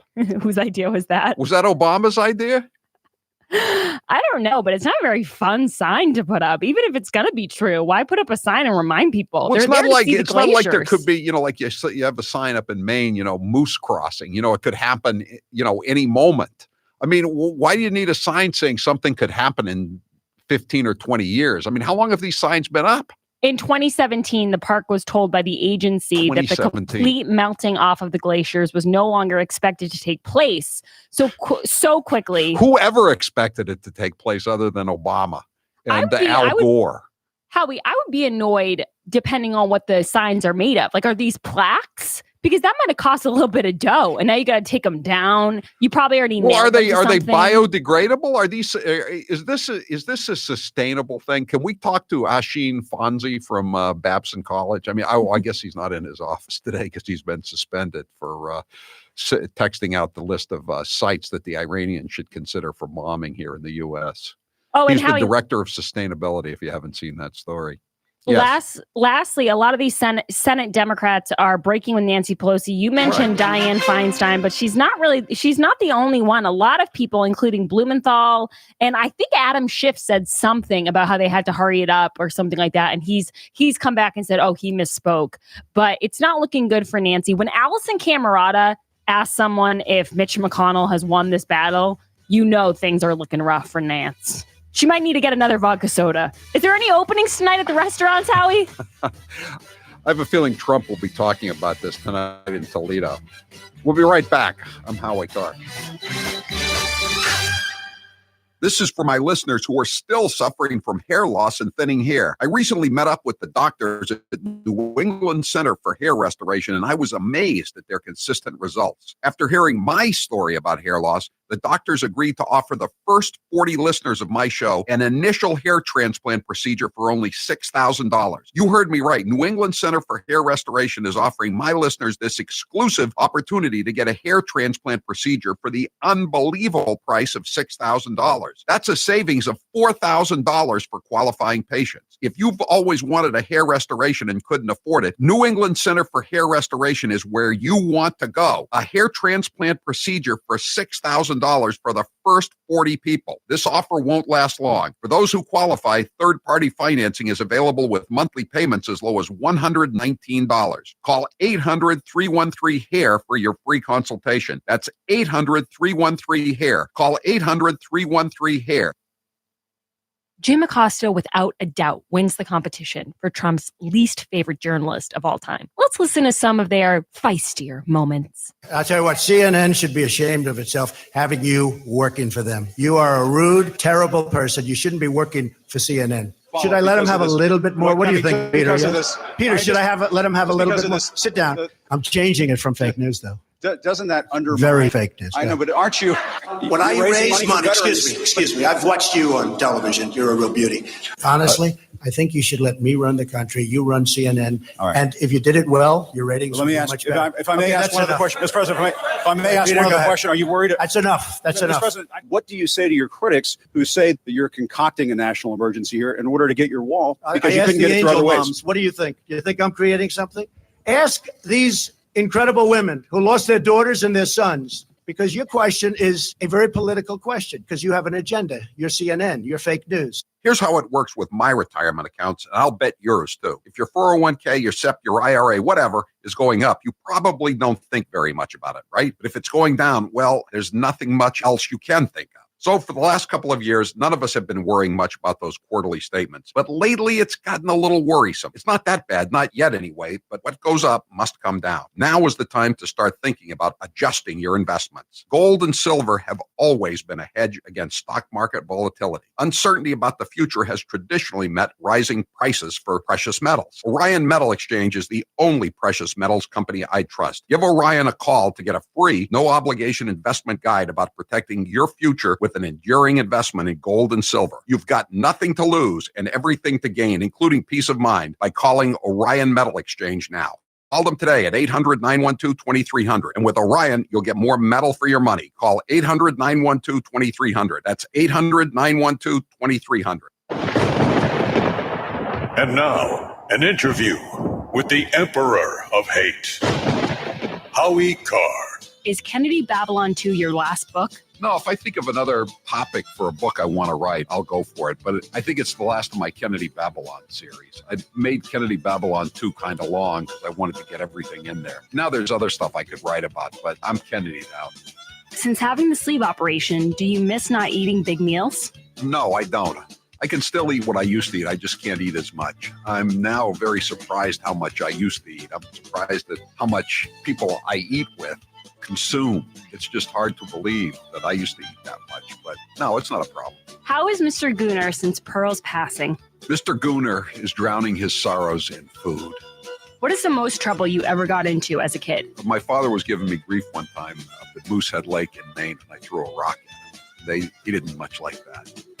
Cory Booker said it best. There are definitely moments where you listen to Joe Biden and you just wonder. Here's stumbling and mumbling Joe Biden. David Duke, the former leader of the KKK. The Ku Klux Klan is the Ku Klux Klan. 8 more years of Donald Trump will change America in a fundamental way. If Donald Trump is reelected, Freudian slip, and the demagogues around the world. We also have a mechanism to control drug prices. Folks at the folks at Health and the Health Department in the United States, HHS, it would put 720 million women back in the workforce. I never ever thought that I'd see what I saw in Charlotte. Would you or would you not rejoin the TPP? Yes or no? I would not rejoin the TTP. Well, they're going out and getting G5 and going to dominate. I mean, what are we doing? Bills that the future president here, that the senator's talking about.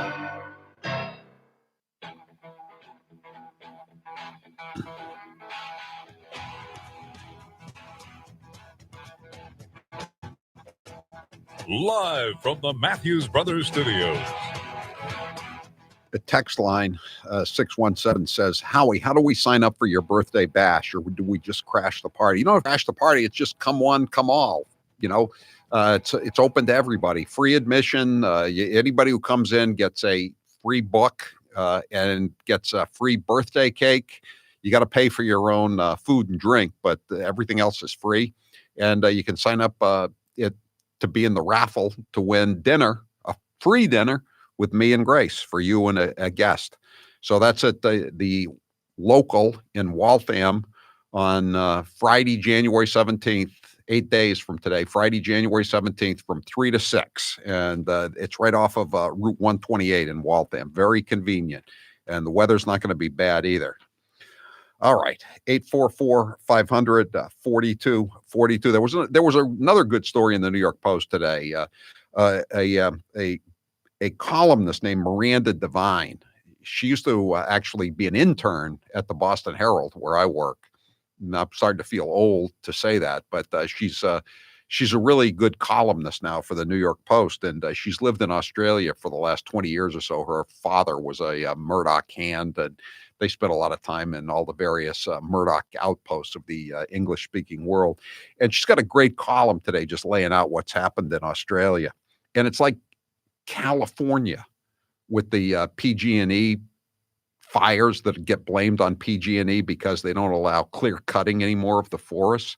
But this is on like a much larger scale, and the disaster is much more profound than it is even in California, as bad as it is in the Golden State. I'm sorry, says Miranda Devine, but I lived in Australia through the past 2 decades of escalating fire crises, and it's not climate change that has caused today's disaster, but the criminal negligence of governments that have tried to buy green votes by locking up vast tracts of land as national parks. That sounds not just like California, but like Maine. A lot of that's going on. Not you're not having the fires, but they're buying up all this land, and it's having bad effects on the middle class. The taxes go up if you take land off the tax rolls, but that's a smaller problem compared to fires. Yet the government have failed to spend the money needed to control ground fuel and maintain fire trails. Instead, they have bowed to an ideology that obstructs necessary hazard reduction and prevents landowners from clearing vegetation around their own properties, all in the thrall to the god of biodiversity. Biodiversity. How's that biodiversity now on incinerated land, sterilized of all life forms? Here's some of the things that have happened in Australia that Miranda Devine mentions. Last September, protesters in East Gippsland in the state of Victoria stopped a hazard and reduction burn that they said was, quote, killing baby birds alive. Well, I'm more worried about climate change, one protesting no-nonsense grandma told the Australian Broadcasting Corporation. As a result, the hazard reduction was reduced to 3% of the area planned. This was in East Gippsland. Taylor, would you care to guess what happened to East Gippsland in the recent conflagrations? I'm assuming not much is left. East Gippsland no longer exists. Punishment for unauthorized hazard reduction has been brutal. For instance, when Electricity Authority Transgrid in 2001 cleared a 200-foot wide fire break to protect high voltage lines that ran through rugged bushland near the national capital of Canberra, the authority was sued by 4 government agencies and fined $1 million. A year later, when a calamitous fire swept the snowy mountains in New South Wales, Transgrid's fire break was the only safe haven for kangaroos, wallabies, and 3 forest workers. In rural Victoria, volunteer firefighter Liam Sheehan was almost bankrupted when he was fined $50,000 for clearing trees to create a fire break around his property. 5 years later, when the deadly 2009 Black Saturday fires swept through the area, his was the only house left standing. So thank you, green people, for killing what do they say, 500 million animals in Australia, 25 people, millions of acres incinerated. For what? For what reason? For the God, as Miranda Devine says, of biodiversity. 844-500-4242. You know, I hope Trump is going to talk about this tonight at his rally in Toledo. He was asked about it today, you know, what he wants the Senate to do if they're going to have a trial. And, you know, he's become enough of a politician now to say, you know, to defer to the other politicians if it's in their bailiwick. But he can't resist saying who he'd like to see here. Cut number 19. Sir, would you support a deal for witnesses if that included testimony from Adam Schiff and Hunter Biden? Well, I'm going to leave it to the Senate, but I'd like to hear the whistleblower. I'd like to hear Shifty Schiff. I'd like to hear Hunter Biden and Joe Biden. You know, how does Hunter Biden with no experience whatsoever? Would anybody Sean, would you like the Hunter Biden job? He has no experience, making no money. And then all of a sudden she's making millions and millions of dollars. You take that. Would you leave the union for that? I think so. I know so, but I'm not going to tell. No, I'd like to hear from Hunter Biden. I'd like to hear from, he's a corrupt politician, Adam Schiff. He's corrupt. How about Chelsea Clinton? How come that Hunter Biden couldn't get the same kind of gig that Chelsea Clinton did? I mean, she got all this $9 million from the companies that are run by Barry Diller, the Hollywood guy who's tight with her mother. I mean, you know, no one's complaining. I mean, there's just been a couple of stories about it because they had to file with the Securities and Exchange Commission, but it's not a scandal. It's you know, it's what is it? Michael Kinsley, remember him? He used to be on CNN on the Crossfire show, I think it was called, and he said the scandal in Washington is not what's illegal, it's what's legal. And I think that Chelsea Clinton's payday comes into that, going all the way back to the days when she was an intern at NBC, for basically an intern at NBC Network for $600,000 a year. $600,000 a year. 844-500-4242. 727 says there have been 183 arrests for arson in Australia. I read this just yesterday. Why is there no reporting on this? We've been talking about it here the last few days. I mean, since they made such a big deal about climate change at the Golden Globes on Sunday night. I mean, it's ridiculous. There is a crisis in Australia, but it's the crisis is the criminal justice system is not prosecuting any of these arsonists. And the crisis is that they won't do any clear cutting, and you have these disasters that are going on. And if you take the proper precautions to protect your property and the animals on your property and your neighbors and your friends and your family, you're going to be fined. It's ridiculous. I mean, I hope they're learning a lesson. It's a pretty expensive lesson though to learn, isn't it? 844-500-4242. Loretta, you're next with Howie Carr. Go ahead, Loretta. Thank you. Number one, I enjoy your program immensely. Thank you, Loretta. And your conversations with Grace, terrific. Thank you. I do not enjoy the mafia goddess that we have in the House of Representatives. Oh, come on. Now, don't call her a mafia goddess, Loretta. Come on. That's what she's acting like. She wants to do one-upmanship over McConnell, the president, and everybody else. You know, people fail to realize after Vice President Pence, she's next in line for the presidency. I mean, that's why Pence was trying to call her the other night to tell her what was going on in Iran, and she wouldn't take in Iraq, excuse me, and she wouldn't take the call because she was too busy swilling wine and eating high-priced seafood at this new restaurant in D.C. Her husband and she made all that money from the tuna debacle in American Samoa. Remember that? Right, I do remember that. Yeah, she's done very well indeed from the days when she was the daughter of the mayor of Baltimore back in the day, and then she moved out to San Francisco.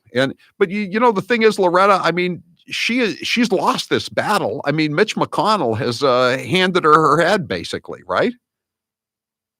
I hope so. No, but that's not why I want your opinion on something. Forget Nancy, because I think she's a troublemaker from backwoods. Power. What do you think about the SEC and the FCC? With all this talk, especially the congressman, I'm off. Go ahead. You're here. I'm listening. I'm listening. That are sending out greeting cards and how to assassinate Trump, and they're talking on the radio and the television. Well, I think that was Hustler. That was Hustler magazine that sent out the card, the Christmas card, saying that Trump should be assassinated. Again, with all these magazines that are so anti-Trump, I always come back to the question. I didn't know these magazines were still around. Did you know Hustler magazine was still printing? Move on. Thanks for the call, Loretta. 844-500-4242. McConnell, the Senate Majority Leader, really put Nancy Pelosi in her place. I mean, the Constitution put her in her place before, and Mitch McConnell was just quoting it, actually. So play cut 17, Taylor. There will be no haggling with the House over Senate procedure. We will not cede our authority to try this impeachment. The House Democrats' turn is over. The Senate has made its decision. The 1999 precedent does not guarantee witnesses or foreclose witnesses. Let me say that again. It neither guarantees witnesses nor forecloses witnesses. It leaves those determinations until later in the trial where they belong. Every day that goes by, this is more of a farce. And now even the Democrats like Di-Fi, Joe Manchin are telling Nancy Pelosi that this is reality, that this is a joke. Cut 18. I fully expect the parties will raise questions of witnesses at the appropriate time. And I would remind my friends on the other side, I strongly suspect that not all the potential witnesses would be people the Democrats are eager to hear from. So the Senate will address all these questions at the appropriate time. And that is for the Senate and the Senate only to decide, period. Nancy Pelosi has this press conference every Thursday. So today was the weekly press conference. And she never makes much sense, but she made even less sense than usual today. So listen to cut 14. The majority leader has said this is just like Clinton, except it isn't. It's exactly not like Clinton in that he won't do a bipartisan agreement on how to proceed. So that's very important. what does it mean? I mean, it's up to the Senate. It's not up to the House to make the decisions for the Senate. And the majority rules in the House, do they not, Madam Speaker? So does not the same rules apply in the Senate, that the majority rules, the majority makes the decision? 844-500-4242. And if you wanted witnesses like, I don't know, John Bolton, why didn't you call him as a witness in the House? Why did you have the Intelligence Committee holding the hearings rather than the Judiciary Committee during previous impeachments? Oh, you wanted to keep it secret. Oh, okay. Okay, so you bent the rules a little bit. Did Mitch McConnell have a say in the House rules when you changed the rules so you could run a kangaroo court down in the basement with Adam Schiff and not release any of the embarrassing testimony that came out? Daniel, you're next with Howie Carr. Go ahead, Daniel. Yeah, I serve my country, and I thank Newsmax and Howie Carr show for supporting Trump. Do you believe this Nancy Pelosi stunt will actually get somewhere? No. I mean, again, like I said, Daniel, every day that goes by, this is more and more of a bad joke, a botched joke, as John Kerry would say, right? Everybody knows I botched the joke. Get a break. Yeah, you did. Yeah, you did. And Nancy Pelosi has now botched a joke. Thanks for the call, Daniel, and thanks for watching us on Newsmax. I'm Howie Carr. The Howie Carr Show. This hour of the Howie Carr Show is brought to you today in part by the Conversations with Grace podcast. Hear Grace's compelling conversation with former Maine Governor Paul LePage. Never before heard stories and political news too. All at HowieCarrShow.com. Are you looking for a pre-owned car? Well, before you go to the dealership where you'll be pounced on by pushy salespeople, give the Car Guys a try. I'm Bill Papa George, and my job is to make finding the perfect used car as easy as possible. That means I do all of the tough legwork for you. Once I figure out what you want out of a car, I go find it. I've been in this business for a long time, and I know what to look out for. I won't bring you a car unless I know it will meet or exceed your expectations. So give me a call at 800-300-4600. That is 800-300-4600.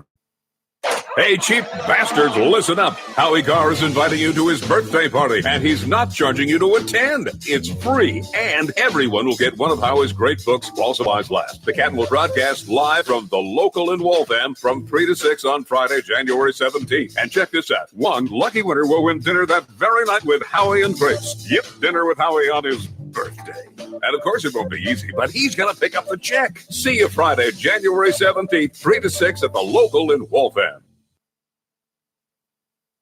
He is the youngest senator that is going to be running. In his video, he also mentioned he's the only senator that lives in the inner city, and he's an unmarried vegan. So a lot of very unique qualities Cory Booker brings to the table, Kate. Now, I appreciate the comments of my colleagues. This is about the closest I'll probably ever have in my life to an I am Spartacus moment. I am Spartacus. I am Spartacus. Joey, you like movies about gladiators? Have you ever had an LGBTQ law clerk? I've not been a judge, so I don't have any law clerks. Someone working for you.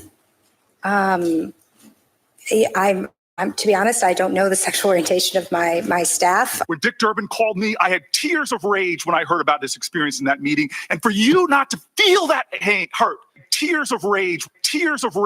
Would you just stop being so dramatic? I'm a big believer that if this country hasn't broken your heart, then you don't love her enough. I'm here with Dr. Bruce Houghton from Perfect Smiles in Nashua, New Hampshire. Dr. Houghton, tell us about the state-of-the-art procedures that can help many people look 10 to 15 years younger. As we age, we do lose these proper proportions to our faces. And so if you're deficient in your chin or mid-face, we can create the proper proportions and make you look great. Sometimes we use orthodontics to change the look of the face. Sometimes we just use the teeth themselves, and it creates the right support for a beautiful face. They're all non-surgical procedures. There's some pretty complex cases that you deal with. Give me an example of a tough case. Well, some cases is people just are missing a lot of teeth. I get a lot of people that come in and think that I cannot solve their problems because they're too great, but I really can. We've been doing this for over 35 years and there isn't much that we haven't seen. So even if you're missing a few teeth or your teeth are discolored or you're very embarrassed, there's no reason not to come in for a consultation, right? Absolutely. New techniques, new technology, things are available to us that we never had before, and we can handle just about everything. Where can people find you? So you can find us at perfectsmiles.com or call 844-A-PERFECT-SMILE. Here's how it works with my retirement accounts, and I'll bet yours too. If your 401k, your SEP, your IRA, whatever is going up, you probably don't think very much about it, right? But if it's going down, well, there's nothing much else you can think of. So for the last couple of years, none of us have been worrying much about those quarterly statements. But lately, it's gotten a little worrisome. It's not that bad, not yet anyway, but what goes up must come down. Now is the time to start thinking about adjusting your investment. Taylor, you there? Silver have always Can you get some of those a couple of those Kerry sound cuts from last night on MSNBC? Someone just mentioned that on Lawrence. That video was 10 minutes long. I was hoping you didn't see it. Precious metals what? Company I trust. That video was, that interview was 10 minutes long. I was hoping you didn't see it. Well, all right, can't we just pull out one cut? I mean, I saw something about it on Breitbart. Yeah, I'll find something. He was basically saying that the Iranians can't trust Trump. I mean, he trusts the Iranians. That's all we need is that one cut. For your money. Call 800-912-2300. That's 800-912-2300.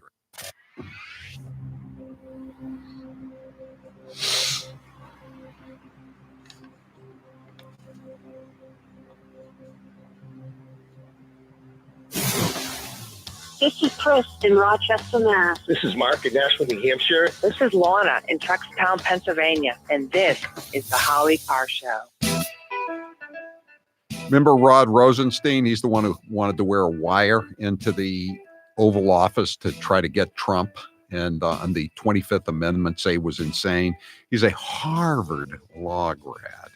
And he was the one who basically worked with Comey to put in Mueller to run the special counsel Russian collusion hoax. He, at the age of 54, has his first job ever in the dreaded private sector. He resigned as deputy attorney general, and he is now going to work for King and Spalding law firm. I'm reading now. This is Bloomberg. King and Spalding was a logical fit, Rosenstein said. Yeah, I guess it was a logical fit. It employs as a partner former acting U.S. Attorney General Sally Yates. She was fired by Donald Trump when she refused to go into court to protest the injunction against the Muslim ban in the early days of the administration. Current FBI Director Christopher Wray, another denizen of the deep state. He is a King and Spalding alum. In September, former FBI Chief of Staff Zach Harmon rejoined the firm. I don't know him very well, but I would think he was probably deeply involved in the deep state too. So what more perfect place for Rod Rosenstein to end up than with Sally Yates and Christopher Wray's old law firm. Jane, you're next with Howie Carr. Go ahead, Jane.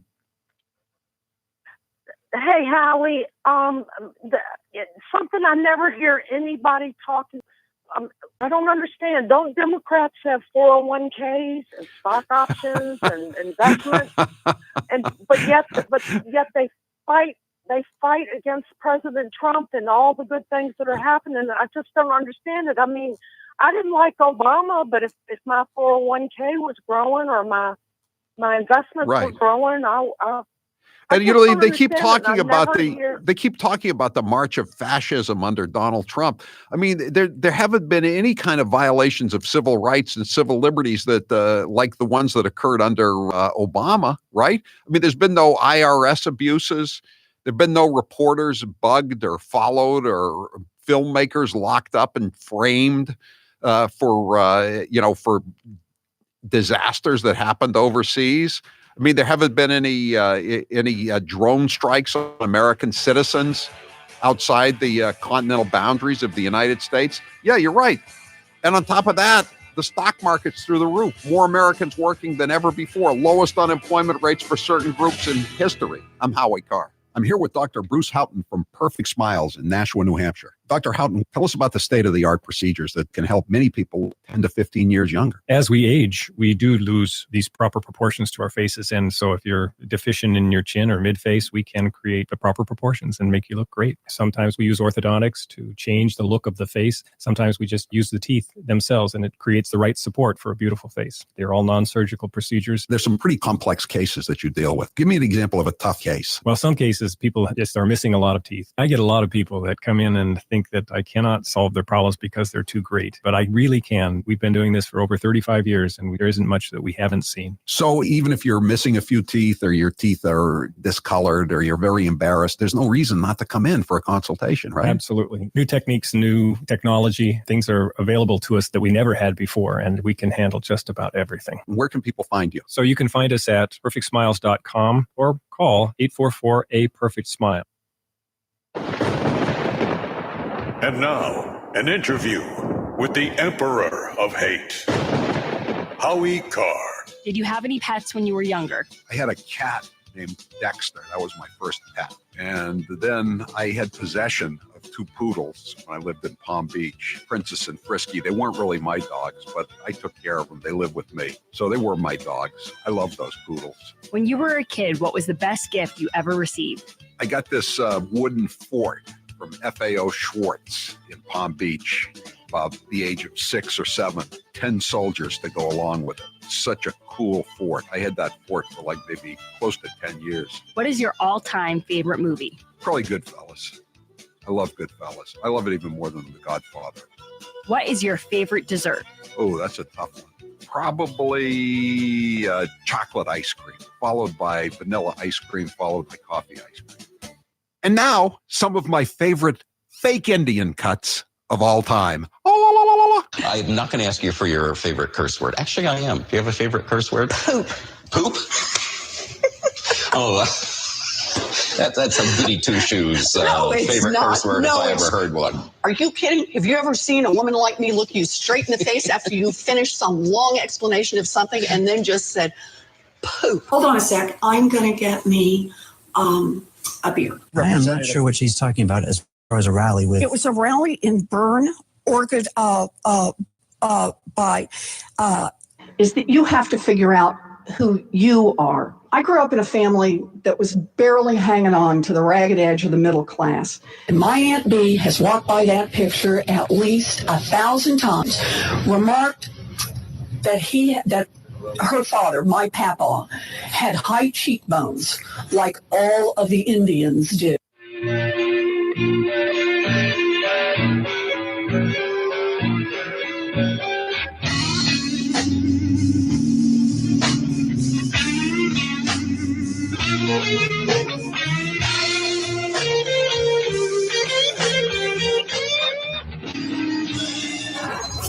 You're listening to the Howie Carr Show.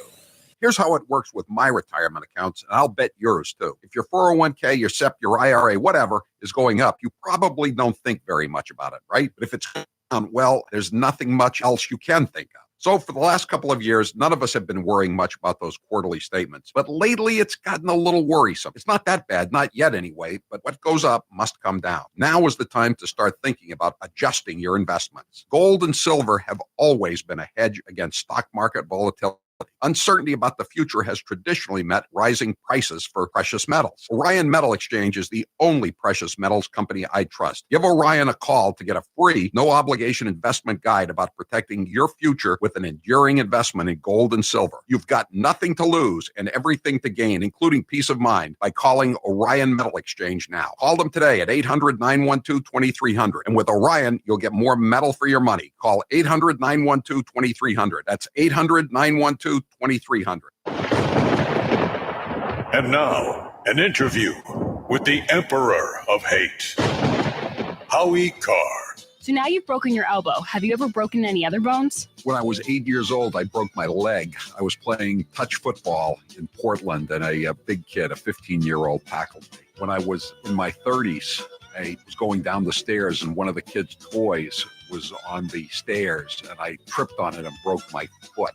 I lost a tooth playing touch football when I was just out of Deerfield. I got smacked in the jaw. My tooth went up, and I still have a bridge, a crown from that mishap. I have a replacement hip, and now I have a bunch of pins in my left elbow. When do you plan to retire? I don't plan on retiring. As an old football coach once said, once you retire, there's only one big moment left. You know what that is. And now, 1 minute of Nancy Pelosi. It is a bill that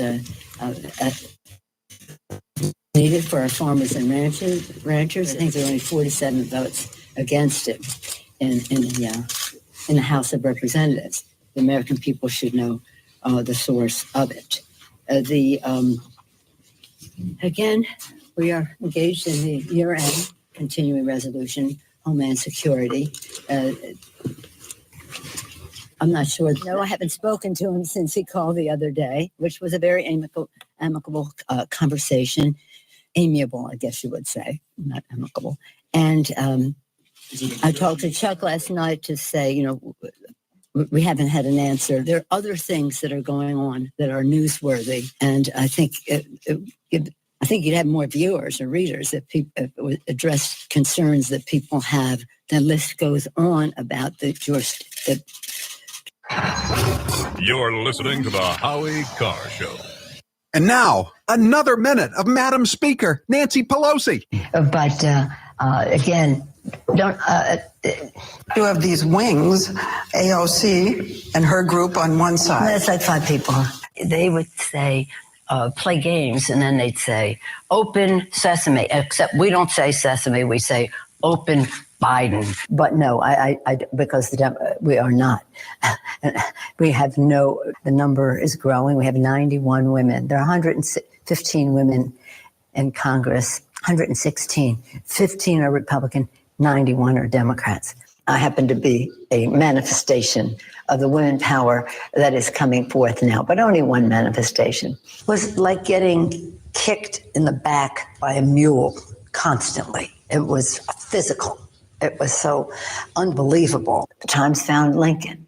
Not to be presumptuous to put ourselves in those categories, but the Times have found us. John, what happened at Perfect Smiles when you went? The initial consultation was easy. In the past, they just hand me a clipboard to fill out the forms, but that's not how I worked at Perfect Smiles. What was nice was it was a true consultation. They asked me my medical history or what I wanted to get out of the treatment plan. For me, I lived with TMJ. I'd literally have to crack my jaw throughout the day to relieve the pressure. I'd get headaches throughout the day. I'd be in pain. When I was at Perfect Smiles, they asked me what I wanted to get out of the treatment.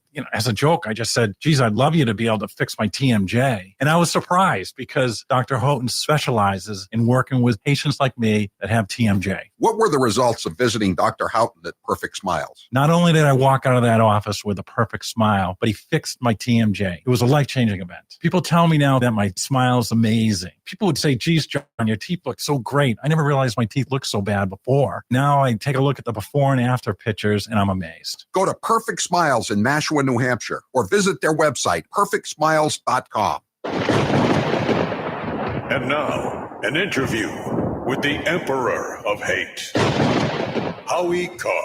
We went to the White House for the Christmas party. In your opinion, what was the highlight? The highlight of my trip to the White House with Grace, there were 2. Number 1, when we walked into Trump International Hotel, which she'd been dreaming of going to, and her eyes were wide. And then when the president actually came down the stairs, her eyes were even wider. She was so in awe of being there. I really felt like King Farouk, I felt like I was giving someone a really great gift that they couldn't get otherwise. You've had some really good interviews over the years. Which one was your favorite? I can't really say.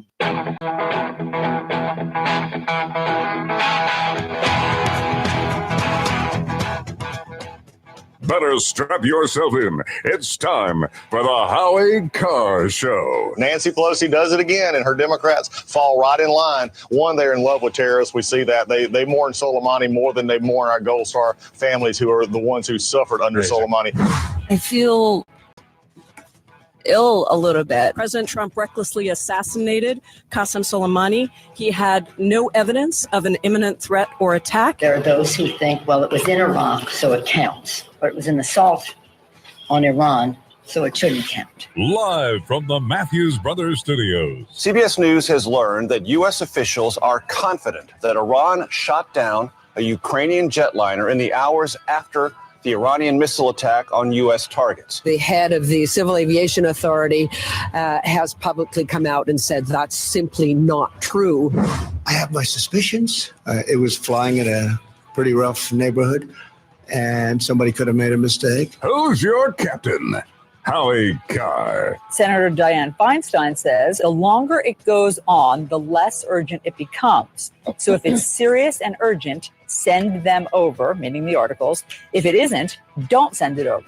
Whatever the ploy was, she's made her point, and that's it. I mean, basically, Mitch McConnell has sort of won this one. There will be no haggling with the House over Senate procedure. The House Democrats' turn is over. The Senate has made its decision.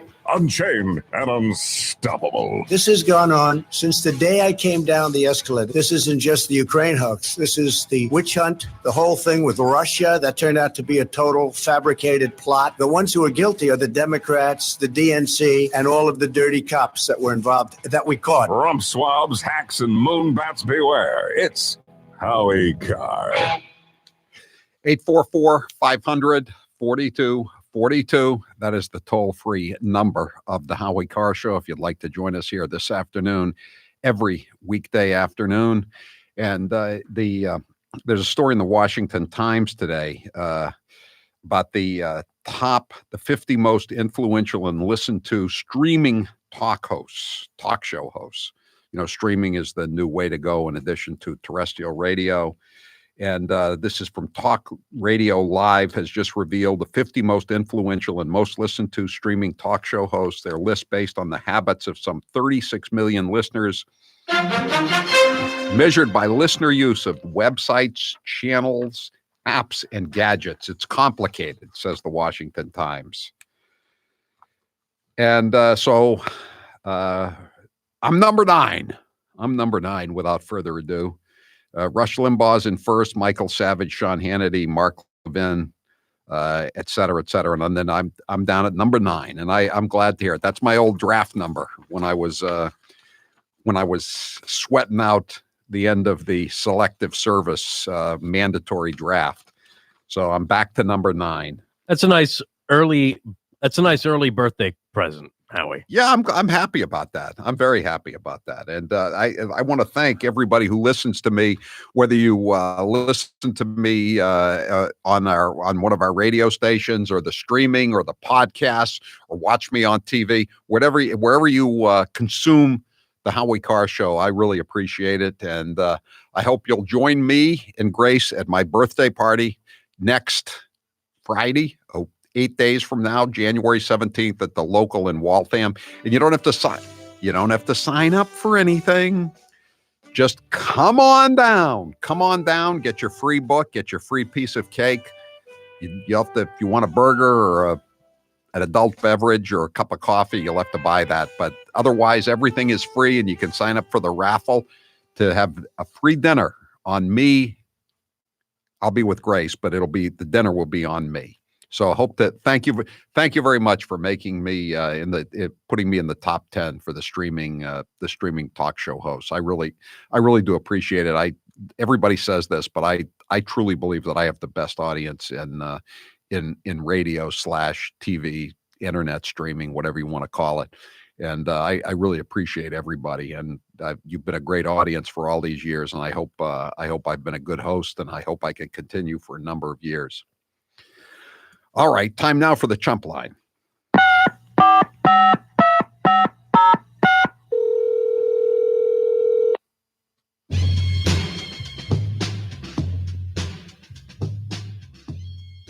They shot down that plane? You mean somebody did something? Yeah, can we have that? It seems appropriate for the event. You know, and I like the way too, the CBS doesn't believe the U.S. government because Trump's the president. Maybe they believe Justin Trudeau. He's saying the same thing. He's a good left winger. You know, I mean, CARE was founded after 9/11 because they recognized that some people did something A Ukrainian aircraft took off from Tehran, and then some people did Recognize something. that some people did something? Boom. Okay. Omar has PTSD, all right. Phony, treasonous, sanctimonious Democrat. She has President Trump derangement syndrome. That's what she has. President Trump derangement syndrome. The Chump Line is brought to you every weekday at this time by Matthews Brothers, America's oldest window manufacturer. This week, saluting Ricky Gervais for displaying bravery in the face of adversity by speaking truth to power and reminding us all that it's good to take our job seriously, but not ourselves. Wicked awesome job, Mr. Gervais. I'm very proud that you've kept the pronunciation of his name correct all week. Gervais. I don't have a problem with vase. I only have a problem with Jer, or I did. I hope I'm getting it straight now. You got it, yeah. Gervais. Hello, Hillary. It's Prince Harry. I'm just curious, how do I set up a foundation in a pay-to-play system? You see, the problem for the Royals is they don't have any power now, unlike the Clintons, or the Clintons had perceived power. They thought that Hillary was going to get into the White House, so they were paying basically protection money. It was a racket, pay to play. What exactly do the Royals control other than stupid celebrity magazines in the U.S.? Sometimes I pity the Botox queen, the speaker who once reigned supreme. But along came the squad with their successful jihad. And now all she can do is crimp and preen. Good work by the Limerick guy, rhyming squad and jihad. I hadn't thought of that. It might be time for Obama to write another personal letter to the supreme leader of Iran, presumably expressing his condolences. And an apology, too. That would go along. His first an apology and then his condolences. And we're going to try to get some sound from John Kerry last night. He was with Stop the Hammering Lawrence O'Donnell, talking about how these Iranians, my friends can't trust the American president. He was very angry, very angry. Hey, Mr. C, it's Fonzie calling. I just wanted to say I'm sorry for my botched joke. I guess I jumped the shark. That's Asheen Fonzie, the director of sustainability, a very, very important job at Babson College in Wellesley, Massachusetts. He's been suspended with pay because he suggested some American cultural sites that the Iranians might want to bomb. I heard the Iranians are serious about destroying America. They're giving all their money to the Bernie Sanders campaign. I saw a couple of stories today about how Bernie seems to be pulling away from not Biden, but from Elizabeth Warren. There was a story in the Wall Street Journal. They interviewed people that were at the Dance and Fool rally in Brooklyn for the fake Indian. She had Julian Castro there, and one of the women, the lefties from Brooklyn, said, "Even I'm scared of Medicare for all." That's a bad sign. You go to the Elizabeth Warren fake Indian rally in Brooklyn, and you're scared of Medicare for all. Yeah, President Trump didn't kill General Salami. He gave him a late-term abortion.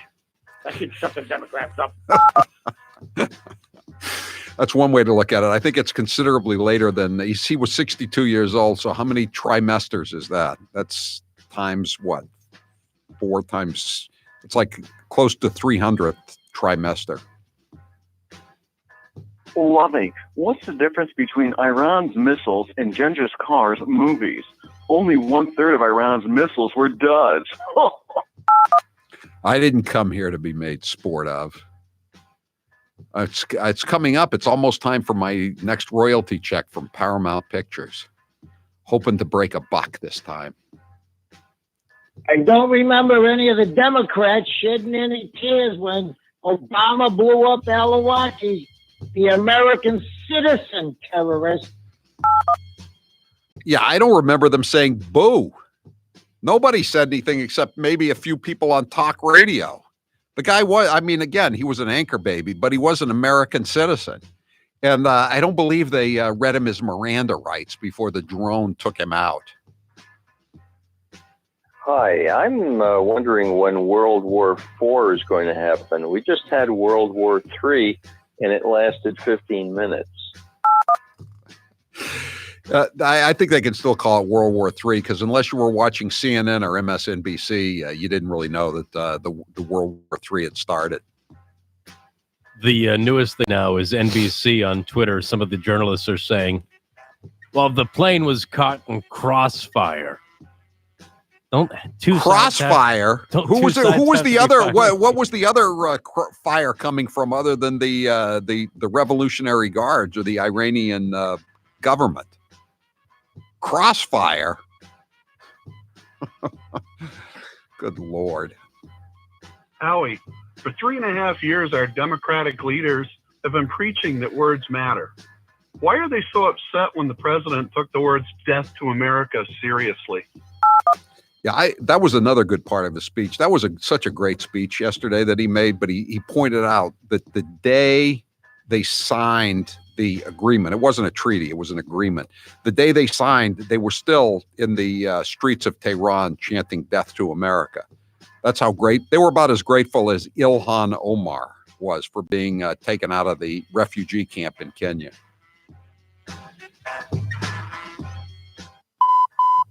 That was your last chump line message. Thank you for calling Howie Carr, you chump. That's it for the Chump Line today. The Chump Line is the recorded voicemail message service of the Howie Carr Show. You can call and leave a message at any hour of the day or night, including weekends. The Chump Line number, if you'd like to leave such a message, is 844-500-4242. That's 844-500-4242. Press 2 for the Chump Line. Leave your message. We may or may not play it at this time each weekday. The Chump Line is brought to you by Matthews Brothers, America's oldest window manufacturer. This week, saluting Ricky Gervais for displaying bravery in the face of adversity by speaking truth to power and reminding us all that it's good to take our job seriously, but not ourselves. Wicked awesome job, Mr. Gervais. Sometimes I pity the Botox queen, the speaker who once reigned supreme. But along came the squad with their successful jihad, and now all she can do is primp and preen. One of our texters says that it must have been a crossfire hurricane. Another crossfire hurricane. And it was as disastrous as the first crossfire hurricane. I'm Howie Carr. Howie Carr will return after this brief commercial break. This half hour of the Howie Carr Show is brought to you in part by Roman. Talking about erectile dysfunction isn't easy. Go to getroman.com/Howie to get a free online visit and free 2-day shipping. Are you concerned about market volatility in this political and economic environment? Kevin Frisbee and the team from Frisbee & Associates can help you weather the ups and downs of the market, all while preserving assets and growing your portfolio. Call Kevin today for a no-cost 1-hour financial consultation. 800-989-9100. As president of Frisbee & Associates, Kevin has been helping people just like you create a retirement and income plan to get you to and through retirement. We're experiencing the longest bull market in American history. Isn't it time to lock in your gains? In fact, what if you could lock in your gains and still be in a position to participate in gains without suffering losses if the market plunges? Schedule your free consultation now. 800-989-9100. You can also catch Kevin on the Howie Carr radio program every Thursday afternoon as he reviews the market and offers tips to a successful retirement. Call Kevin Frisbee today. 800-989-9100. That's 800-989-9100. He's the co-sponsor of the Green New Deal, so what better time to play some of his greatest hits? Ladies and gentlemen, it's Mr. Frosty. This is going to be a mission to save all of creation. If you want to ignore that these changes are taking place and that they're having a dramatic impact, then you are in the right place. Do you know what the winters were like at Plymouth Rock? Do you know what the winters were like at Plymouth Rock, Senator? Well, here is the thing. You don't. How long has your family been in Massachusetts? We are new arrivals, and Hey, Howie. Yes. Fonzie was fired. I know. I just was looking at that story. We're going to have a story. Yeah. It's pretty funny, isn't it? Pretty good. I'm very surprised, I must say. I did not expect it. Did you? No, I didn't. I certainly didn't.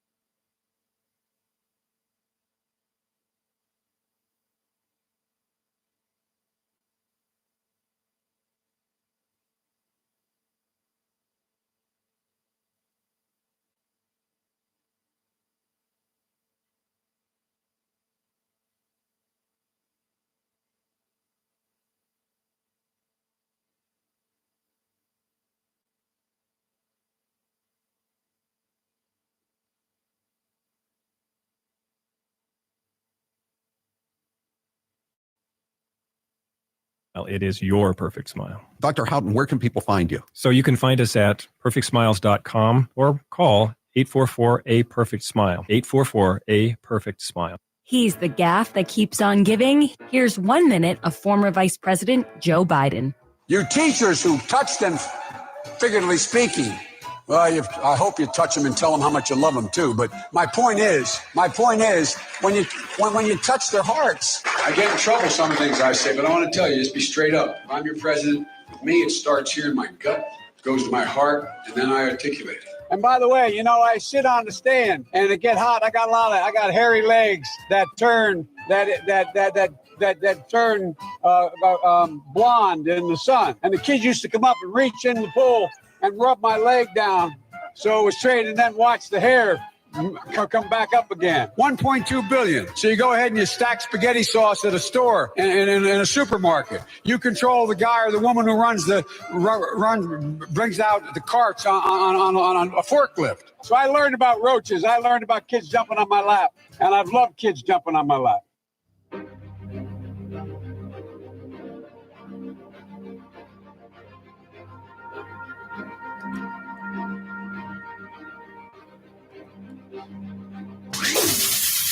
This is Karen from Billerica, Massachusetts. This is Adrian in Swanton, Vermont. This is Miss Susan up in Warner, New Hampshire.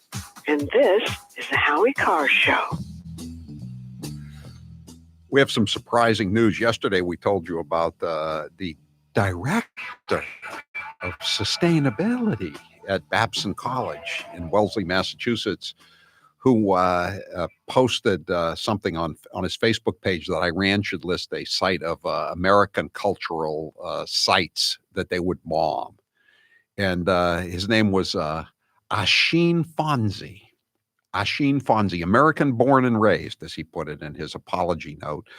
Asheen Fonzie was the director of sustainability. He was a sustainability evangelist. I say they should have called him the 12th prophet of sustainability. But he was suspended, and we all assumed that he would be back immediately. Well, guess what? He's gone.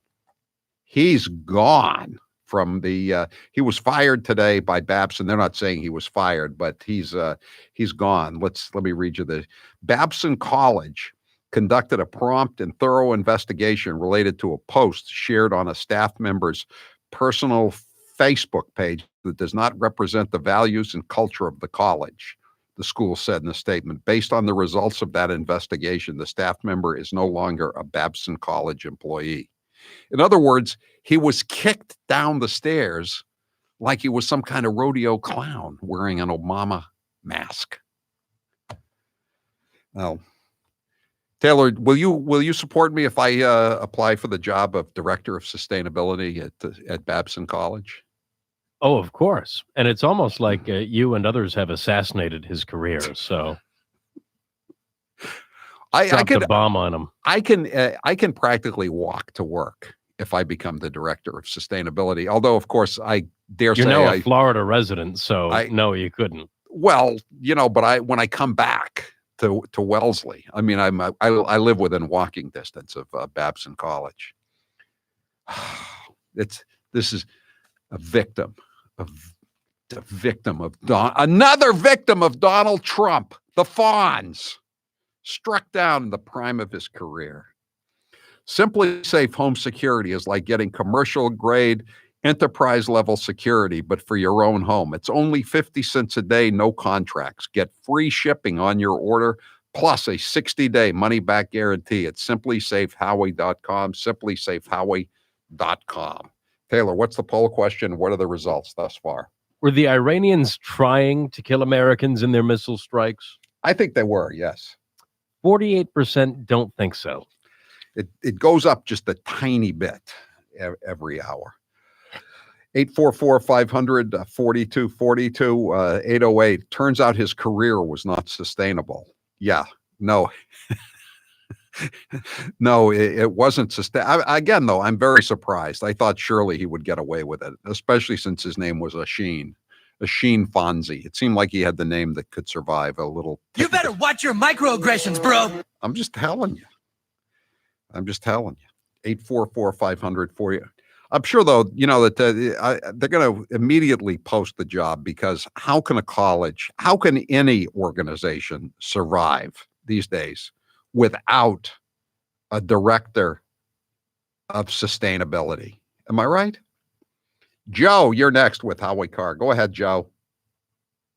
Hey, Howie. I just have a quick question before the reason I called. I worry about the president's safety. And you were down there recently and mentioned you're walking by his table and he waves you over. Doesn't he have a sea of agents protecting him? Yeah, but I don't think he wants to have them, blocking his view of the restaurant. He owns the restaurant. He's got people there. There's balconies. It's a multi-story building, and there are people up above with guns protecting him. He's in no danger whatsoever, Joe. None. I feel safe there, very safe. I'm Howie Carr. We here at Matthews Brothers understand that we're not the biggest window manufacturer in the country, and we don't even mind when people say they've never heard of us. After all, we're just a humble but lovable 166-year-old window manufacturer nestled on the coast of Maine, who's been producing wicked awesome windows and doors since Otto Sverdrup, noted explorer and brother-in-law of paperclip inventor Johann Wahler, was just a twinkle in the eye of Ulrich Sverdrup, Ulrich being the father. But also, it's not like we're some startup company that you'd expect no one to know. After all, we've been one of the top 100 window manufacturers in the United States for the past 8 years, even though we just service 7 states and most of our geography is either under the Atlantic Ocean or in Canada. So when you consider that for the past 10 years, we've been growing at double-digit rates in a market that's been growing at about 3%, it's primarily due to the fact that once builders try our products backed up by our wow customer service on one of their projects, they tend to come back again and again and again. And if you want to learn more about our wicked awesome Maine-made products, you can, but only at better lumber yards and window professionals or on the web at MatthewsBrothers.com. Matthews Brothers with 1 T. America's oldest window manufacturer. There are plenty of differences between Trump and the Democrats running for 2020, but the main one is Trump's pretty funny. Take a listen. What advice would you give to the 25-year-old Donald Trump knowing what you know today? Don't run for president. I'm not a drinker. I can honestly say I never had a beer in my life, okay? It's one of my only good traits. I don't drink. Whenever they're looking for something good, I say, I never had a glass of alcohol. I've never had alcohol. Can you imagine if I had? What a mess I'd be. I'd be the world's worst. Other countries, big countries, India and others, we had to pay because they considered them a growing country. They were a growing country. I said, what are we? Are we allowed to grow too? Okay. No, are we allowed to grow? I try like hell to hide that bald spot, folks. I work harder. Doesn't look bad. Hey, we're hanging in. I should have saved the Pocahontas thing for another year because I've destroyed her political career and now I won't get a chance to run against her, and I would have loved it. I don't want to knock out all of the good stuff and end up with somebody that's actually got talent. That would be terrible.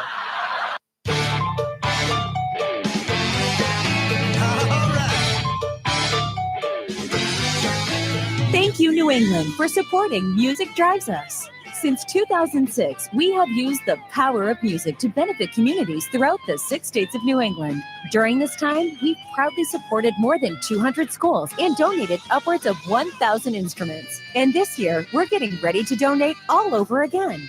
Our work is made possible through your continued support of our musical mission. Whether you donated, volunteered at our events, attended our concerts, or engaged with us on social media, thank you. We hope you'll stay tuned with what we have in store for this year, because it'll be our best year yet. Visit us at musicdrivesus.org. That's musicdrivesus.org. Or follow us at Music Drives Us on social. Together, we can keep music in our schools.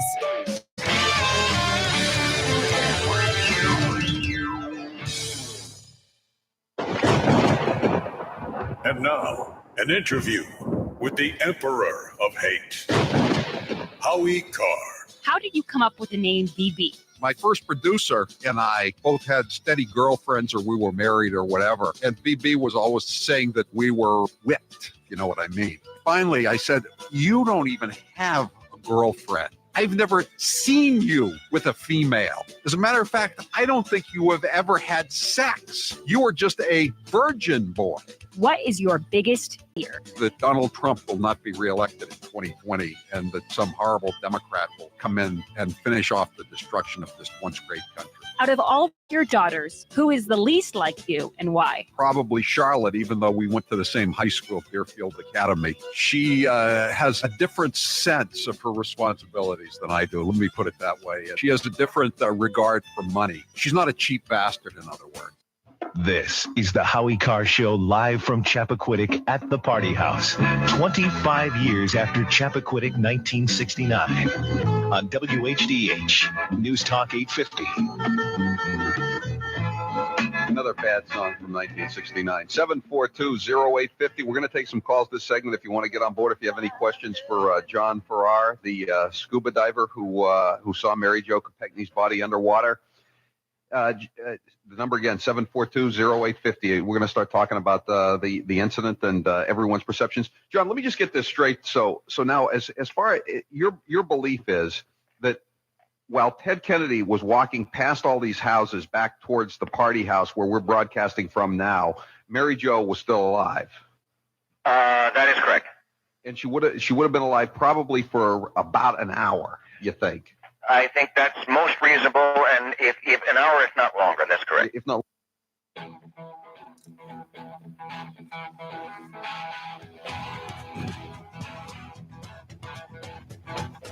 Live from the Matthews Brothers Studios. 844-500-4242. That's the toll-free number of the Howie Carr Show. We're joined now by Hogan Gidley, the White House spokesman. Hogan, thanks for being with us here on the Howie Carr Show. Are you in Ohio with the president, or are you back in D.C.? I'm back in D.C. I don't get to go out and hang out with real people today. I got to stay here in the swamp and hold down the fort while he goes and does his rally. I'm looking forward to the rally tonight. I always look forward to him, but I'm hoping that he's going to discuss the Senate trial if it ever comes off, and the witnesses that he would like to see. What did he say today, Hogan, about who would like to see as witnesses? Well, he made the point, I think it was the direct quote. I don't want to say direct. It was pretty close, but he said, I'd like to see Adam Shifty Schiff, and whistleblower, Joe Biden, Hunter Biden, all those folks. Look, how this actually ends up looking in the Senate. And just so your listeners understand, I'm not going to get ahead of what the president's going to say tonight, but I would bet a substantial sum of money you will most definitely hear about the Senate trial and the completely sham, illegitimate hoax process in the House. I can almost guarantee it. But, how this looks in the Senate, we'll wait and see. We're ready for anything. But, look, if you've been lied about for, 3 years and every single shred of evidence proved you didn't do anything wrong, look, I'd want people up there saying that too. Yeah, it's also, I assume he'll be talking about the rather astounding performance of the Democrats, mourning the death of Soleimani, saying it's an assassination. On CNN, they called it a murder once. And John Kerry talking about how the Iranians can't trust Americans. I mean, this isn't. Well, why don't you explain what the Democrats, the reaction at the White House to the gnashing of teeth by the Democrats over the last week? Yeah, explaining what they do and why they do it is going to be a difficult task for me. But I'll just say this: look, Soleimani was a brutal terrorist responsible for killing more than 600 Americans, thousands of his own people, many Muslims, of course, injuring tens of thousands more. If you're talking about Syria, hundreds of thousands. And to hear Speaker Pelosi claim today that his death is somehow, quote unquote, provocative and disproportionate, in what world is that mentality taken seriously at all? Like, how many people have to die before Nancy Pelosi says, okay, the threshold is met. I know he's a terrorist. I know he's killed hundreds of thousands, but I need at least like 1.5 million. I mean, to hear Democrat after Democrat come out and apologize for America when we're talking about a terrorist who has been leading the charge for the world's largest state sponsor of terror, leading proxies across the region, terrorist activity himself, not to mention up to and including a few days ago when he killed an American, several other people, and then attacked our embassy, not to mention the fact he had imminent threat planned. And for all of those reasons, the president took him out. The world is a safer place because of it. And instead of saying thank you to the president, the Democrats say, I'm sorry to Iran. I don't know what world they're living in at this point. Well, I mean, anything that Trump does, they oppose reflexively. I mean, anything. Howie, here, just real quickly, I was just thinking about this today. They used to go on the Senate floor, the House floor, and talk about the need to build a wall. President Trump builds a wall. Now they hate it. Democrats, Republicans, George Bush, Barack Obama ran on drawing down these wars, endless wars overseas. The president, Trump, finally does it. No, we don't like it. They used to be for killing terrorists. Osama bin Laden, for example. Donald Trump comes in and says, okay, we're going to take out al-Baghdadi, now Soleimani. Nope, we don't like the way you did it. We don't like that you're the president. It doesn't matter. The reflexive comment you made is perfect. It is flawless. Anything he does, they hate because he is the one doing it. How about when Gaddafi was killed? I mean, he was a bad guy. He ruined Libya, but he hadn't done anything for 20 years. And we bombed him relentlessly for weeks and weeks. He finally fled and was killed by his own people. And Hillary Clinton, the Secretary of State, laughed about it. And nobody was upset about that at all. I mean, he had less blood. He had less. I mean, as bad as he was, he had less blood on his hands than Soleimani. I mean, and no, absolutely. And you see this time and time again. Ilhan Omar was laughing and making jokes while they were talking about the death of Americans and others. And then she had the audacity to say that serving in Congress gave her PTSD. There are 22 people in the military who commit suicide every single day. It is a serious illness, a serious disease. And the fact that Ilhan Omar jokes about it, serving in Congress, living off the fat of the American taxpayer in Washington, D.C., coming, by the way, from a war-torn area, getting plucked by the American people, allowed to live in this country, thrive, survive, get elected to Congress. No other place in the world would allow that type of success. She should be thanked. I mean, this is the greatest country on the planet. And instead of saying, what an amazing story I have and how great that this country welcomed me with open arms, she mocks and ridicules the very country that has afforded her opportunity she would have never received anywhere. And I know you can't comment on it, but she entered the country. There are many questions about her extremely sketchy background in many different ways, including her name. We don't even know her real name. But anyway, what about the fact that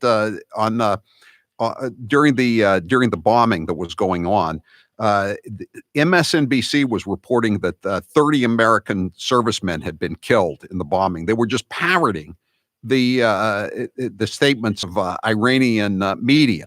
And then this morning, CBS is going with the Iranian version of the downing of the Ukrainian aircraft. even though the Canadians are backing us up, and there's video of the plane actually being apparently hit by a missile. CBS is denying that it happened and reporting the Iranian line that it was a mechanical failure. Yeah, but it happens. This is nothing new that what you're exposing now the media does. Let's forget fake news for a moment. Now you're literally parroting the world's largest state sponsor of terror regime. I mean, that's the type of talking points that Tehran sends out all the time, that their state sponsor media puts out to their people so that it can try and spin a narrative that somehow America is evil. When even the president of the United States, and I heard a lot of people on one of the networks point out, this speech by the president a couple of days ago, or I guess yesterday, from the White House, really, really, really was divisive. He should have ratcheted things down, and it wasn't hopeful. And I thought to myself, first of all, it's one of the best speeches I've heard him give his entire time in the White House. But also, he did all of those things. In fact, the last paragraph was, to the leaders and to the people of Iran, we want you to be successful. You have a bright future ahead of you with resources that are untapped. All you have to do is stop killing people. Normalize, work with partners and allies in the region. Just do that, and you could be a great country. I mean, it couldn't have been more hopeful. But the fact is, the Democrats hate the president so much that even the taking of a terrorist is somehow controversial in their minds.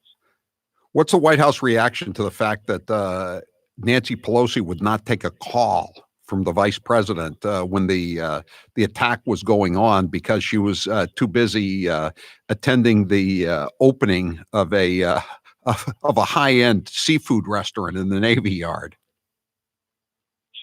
Sure, and she made the point that she was monitoring the situation. I guess she was from her fancy. Yeah, I mean, this is the kind of stuff that they lament and they are upset and they say we don't tell them enough things.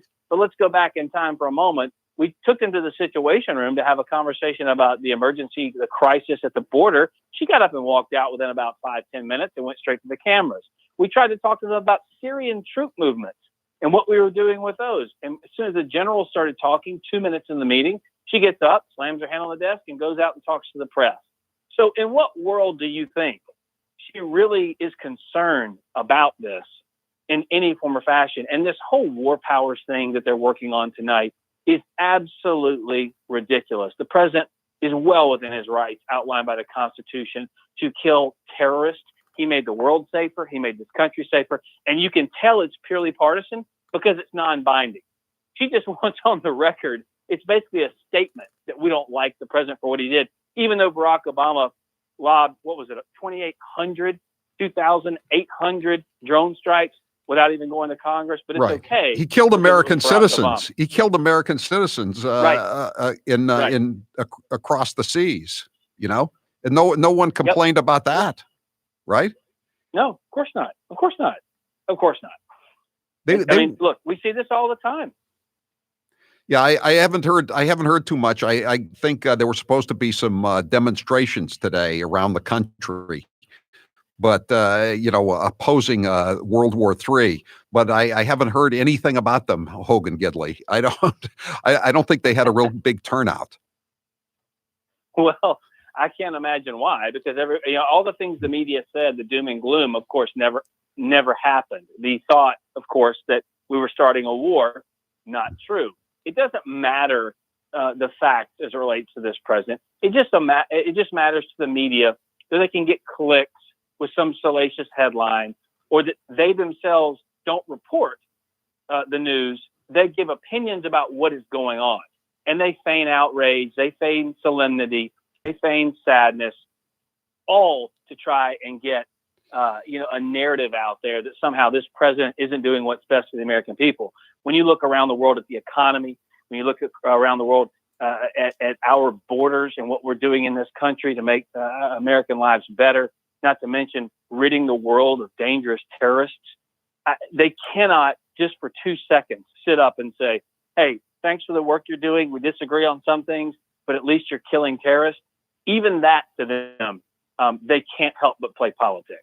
John Kerry's very disturbed about what the president said yesterday, that it really wasn't $150 billion and it was their own money. And the tab was running on the interest of the Iranian money that had been sequestered. So Barack Obama was doing a favor, he said, for the American taxpayer when he turned over the $150 billion. Did you see this? This was on TV last night. Of course. And he was also the one who admitted that money from the JCPOA and the billions of dollars in stone cold cash on pallets that we now know was sent over there, he admitted that would probably be used for terrorism and that their terrorist organization would probably take it and use it to kill people. So you're telling me I got a lot of blowback from this, from the press calling me and questioning the president. How could he dare say that money from the Obama administration was used for terrorism? Well, he was only saying what John Kerry said. And by the way, why is he meeting with Iranians anyway? Like, we're literally having in the middle of protecting the American people, killing one of their terrorists, and he still meets with them. If there's ever was a time to even discuss the Logan Act, dealing with a foreign government in the way, it's John Kerry. Not to mention that whole thing was based on a lie in the first place. So I'm not going to take a lecture in foreign policy from someone who chucked his medals off a bridge. Correction, Hogan. He chucked somebody else's medals off the bridge. Remember? Yeah, he borrowed someone else's because 20 years later they saw the ribbons and the medals were hanging in his office. So we said, "Wait a second. So whose did you throw over the White House fence?" And he said, "Oh, that was somebody else's." That's John Kerry for you. Speaking of Northeastern liberals, did I just hear a promo before this segment about you doing a segment or a show from Chappaquiddick? Yeah, I did on the 25th anniversary of Chappaquiddick. I actually rented the cottage, Hogan, and I can tell I slept in the cottage. I can tell you firsthand, it is not haunted. And I took I took the ice bucket out of there. The guy was so happy that I rented the place because he said it would be good for business. He says, "Is there anything you want here?" And I said, "I got my eye on that ice bucket." I think it was post Ted Kennedy, but I thought his spirit was still in the ice bucket. I still got it somewhere. Yeah. Tell them to find our Chappaquiddick podcast. That's the best troll job I think I've ever heard of. Check out our Chappaquiddick podcast. We've got it for the 50th anniversary. We did it last year. It's good. Just go to wherever you get your Howie Carr podcast, Hogan. I think you'd enjoy it. I'm looking forward to the speech tonight, and I hope to see you when you're down at Mar-a-Lago the next time, Hogan. Thanks for being with us. Absolutely. Thanks so much. Bye-bye. I'm Howie Carr. If you change the station, the Moonbats win. You're listening to the Howie Carr Show. This hour of the Howie Carr Show is brought to you in part by Honest Howie's History Podcast. Hear about Joe Kennedy's potential run against Ed Markey for the U.S. Senate and learn how history repeats itself.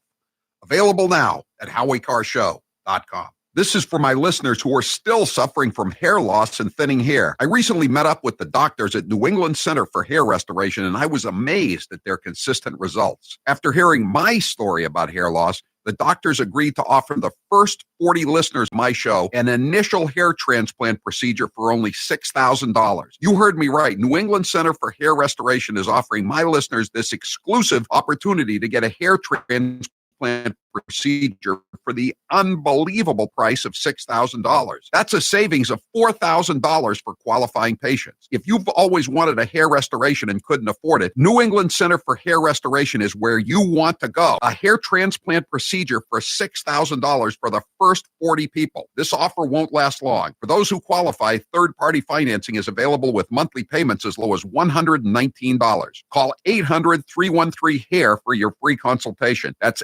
800-313-HAIR. Call 800-313-HAIR. And now, an interview with the Emperor of Hate, Howie Carr. Who was your favorite actor? Humphrey Bogart, no doubt about it. I love all the old Humphrey Bogart movies. Jimmy Cagney would be a close second. Do you have a celebrity crush? No celebrity crushes.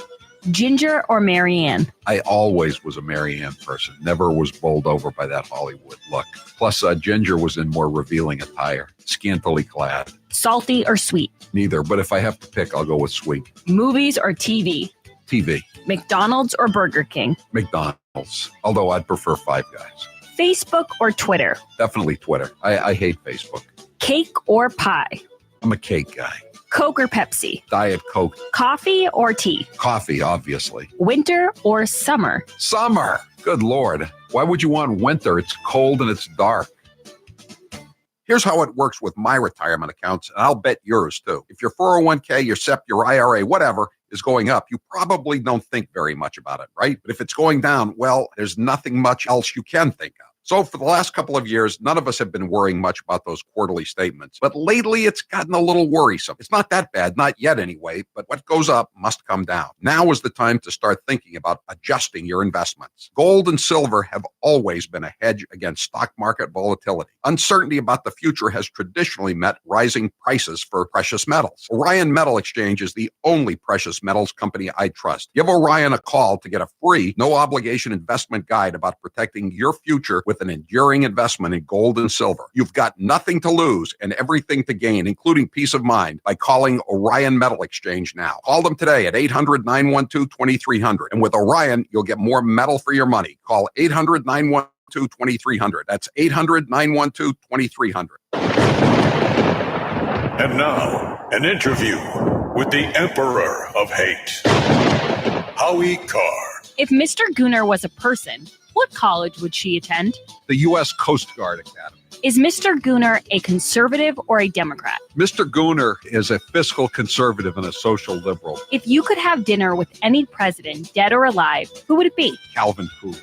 He was from Massachusetts, and I liked his attitude towards public sector unions. And he said, the business of America is business. He's my guy. Other than yourself, which columnist do you respect the most? The late George Fraser, he was a columnist for the Boston Herald, the Boston Globe. Most people have forgotten him now. Jimmy Cannon was pretty good. He was so good that Mike Barnacle used to steal stuff from him all the time. Breslin was good in his early days, not so good later on, but when he was working for the Herald Tribune, back when I was a kid in New York, he was damn good.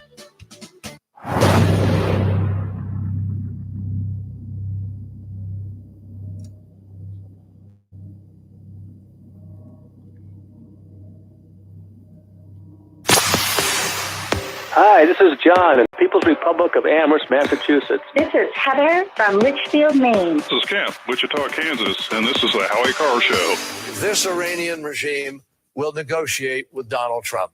They found out he's not trustworthy. They've seen his lies, as we have seen his lies, and that is not the basis on which to invite people to a table. Nor is it possible to squeeze and force them to that table. If we learned anything in our negotiation with Iran, they pride themselves in a more than 5,000-year history as a nation state, as a culture, as a presence. And I think this president just doesn't stop to understand those kinds of things. John Kerry is acting as Baghdad Bob. Did you hear his voice? He's angry. He's angry. God, that guy, he's rooting for the Iranians. I mean, they're genocidal, maniac, terrorist killers. They killed hundreds of Americans. They've killed hundreds of Americans. Maybe this guy Soleimani, I mean, when you think that he opened the doors so that the Sunni fighters could come into Iraq, he was trying to basically clear them out of Syria, but he was letting them in. It wasn't just the IEDs. It was letting all those Sunnis going into Iraq during the surge. He's probably got the blood of more than 1,000 Americans dead on his hands, not to mention all the maimed American servicemen. And Kerry is getting emotional defending this insanity that's going on. By the way, the Fonz has issued a statement. The now fired director of sustainability at Babson College, he was terminated this afternoon. He now is a spokesman, by the way. I think he's going to get his new racket now that he's out of the sustainability grift. He's got a new racket. He's a victim. He's going to be a victim. His spokesman said, "I am disappointed and saddened that Babson has decided to abruptly terminate my 15-year relationship with the college just because people willfully misinterpreted a joke I made to my friends on Facebook. Like John Kerry, he botched a joke, and it's cost him. We've got more when I return. Good work by Turtle Boy. He took that guy out. I'm surprised it happened, but sometimes we get pleasant surprises, don't we? I'm Howie Carr. Are you looking for a pre-owned car? Well, before you go to the dealership where you'll be pounced on by pushy salespeople, give the Car Guys a try. I'm Bill Papa George, and my job is to make finding the perfect used car as easy as possible. That means I do all of the tough legwork for you. Once I figure out what you want out of a car, I go find it. I've been in this business for a long time, and I know what to look out for. I won't bring you a car unless I know it will meet or exceed your expectations. So give me a call at 800-300-4600. That is 800-300-4600. Hey, cheap bastards, listen up. Howie Carr is inviting you to his birthday party, and he's not charging you to attend. It's free, and everyone will get one of Howie's great books while supplies last. The Cat will broadcast live from the local in Waltham from 3 to 6 on Friday, January 17th. And check this out. One lucky winner will win dinner that very night with Howie and Grace. Yep, dinner with Howie on his birthday. And of course, it won't be easy, but he's going to pick up the check. See you Friday, January 17th, 3 to 6 at the local in Waltham.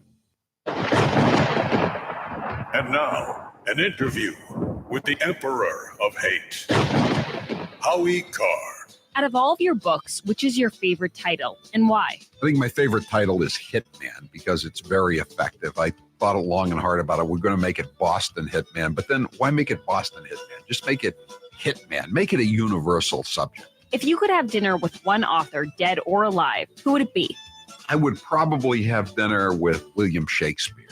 I know that's a cliche response, but he was the greatest writer in the English language, no question about it. If you won Mega Millions, would you retire completely? I used to say no, I would not retire, but yeah, I think I would retire now. If you had to leave all of your money to one charity, which would it be? The Salvation Army. I like what the Salvation Army does. I don't think they have too many highly paid executives trying to be social justice warriors. And now, an interview with the Emperor of Hate, Howie Carr. If you could go back in time and give your younger self advice, what would you say? Get a state job, because behind the job comes the pension. What's the best advice anyone's ever given you? Most advice is pretty forgettable. What's the best money you've ever spent? The investment I made to leave the corporate radio prison I was in, the worst people I ever worked for, no doubt about it. I'd probably be dead if I were still working for them. If you were on a deserted island and you could only bring 3 things, what would you bring? A radio, a Wi-Fi system, obviously, and a computer, and I would bring some books. Don't ask me which books, too hard a question. What was your dad's job when you were growing up? My dad worked as a resort hotel manager. He worked in Florida at the Breakers in the winter, and then he worked at the Mountain View House, as it was called then, in Whitefield, New Hampshire, and various other places.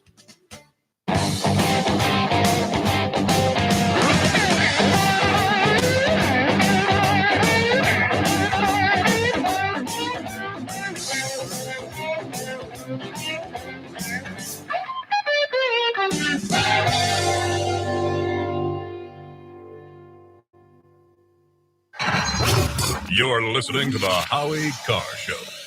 I'm here with Dr. Bruce Houghton from Perfect Smiles in Nashua, New Hampshire. Dr. Houghton, tell us about the state-of-the-art procedures that can help many people look 10 to 15 years younger. As we age, we do lose these proper proportions to our faces. And so if you're deficient in your chin or mid-face, we can create the proper proportions and make you look great. Sometimes we use orthodontics to change the look of the face. Sometimes we just use the teeth themselves, and it creates the right support for a beautiful face. They're all non-surgical procedures. There's some pretty complex cases that you deal with. Give me an example of a tough case. Well, some cases people just are missing a lot of teeth. I get a lot of people that come in and think that I cannot solve their problems because they're too great, but I really can. We've been doing this for over 35 years, and there isn't much that we haven't seen. So even if you're missing a few teeth or your teeth are discolored or you're very embarrassed, there's no reason not to come in for a consultation, right? Absolutely. New techniques, new technology, things are available to us that we never had before, and we can handle just about everything. Where can people find you? So you can find us at perfectsmiles.com or call 844-A-PERFECT-SMILE.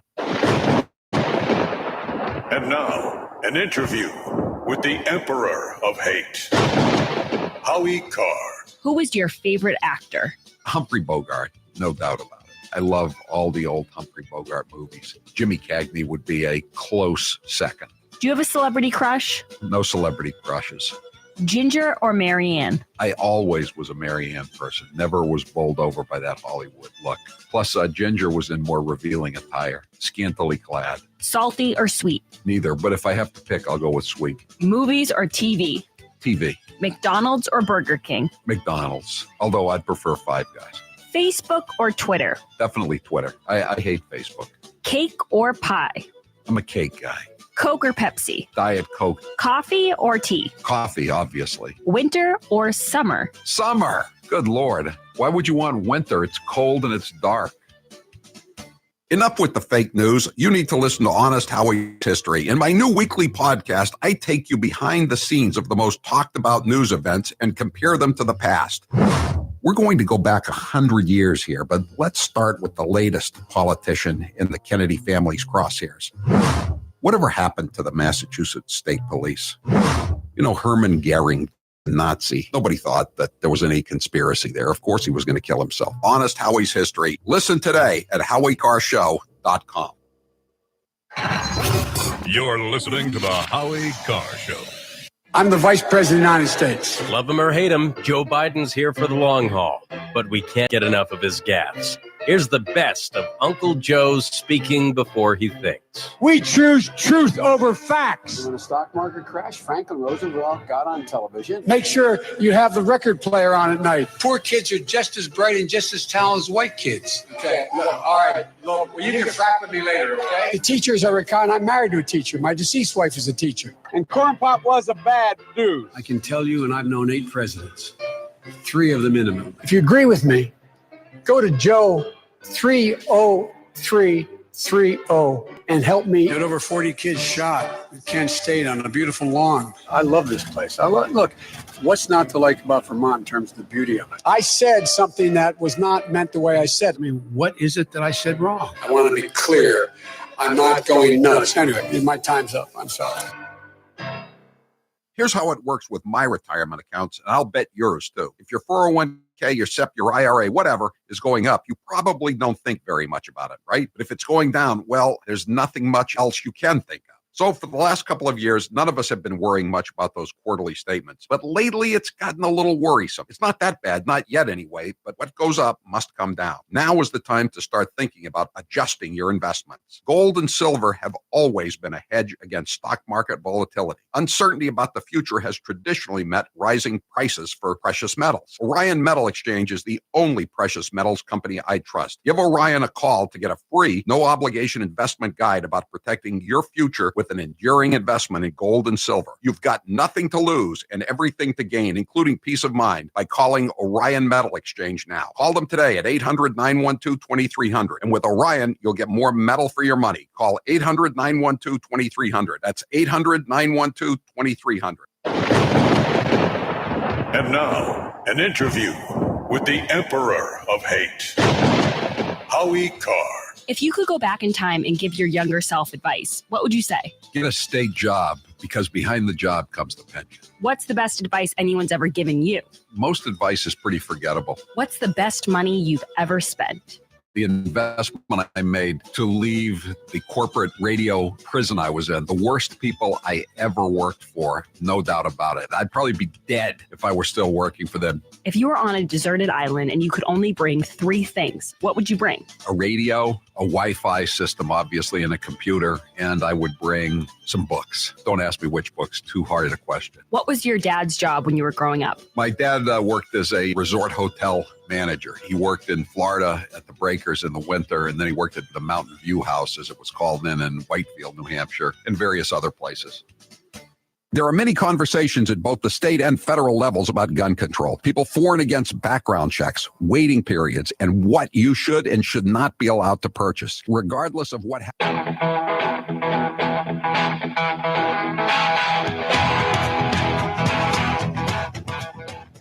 Better strap yourself in. It's time for the Howie Carr Show. Nancy Pelosi does it again, and her Democrats fall right in line. One, they're in love with terrorists. We see that. They mourn Soleimani more than they mourn our Gold Star families, who are the ones who suffered under Soleimani.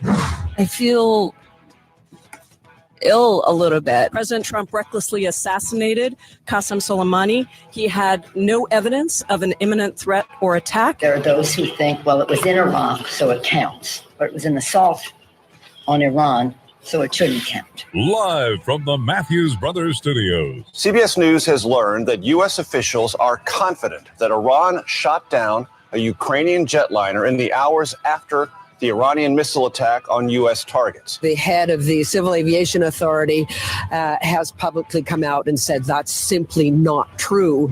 I have my suspicions. It was flying in a pretty rough neighborhood, and somebody could have made a mistake. Who's your captain?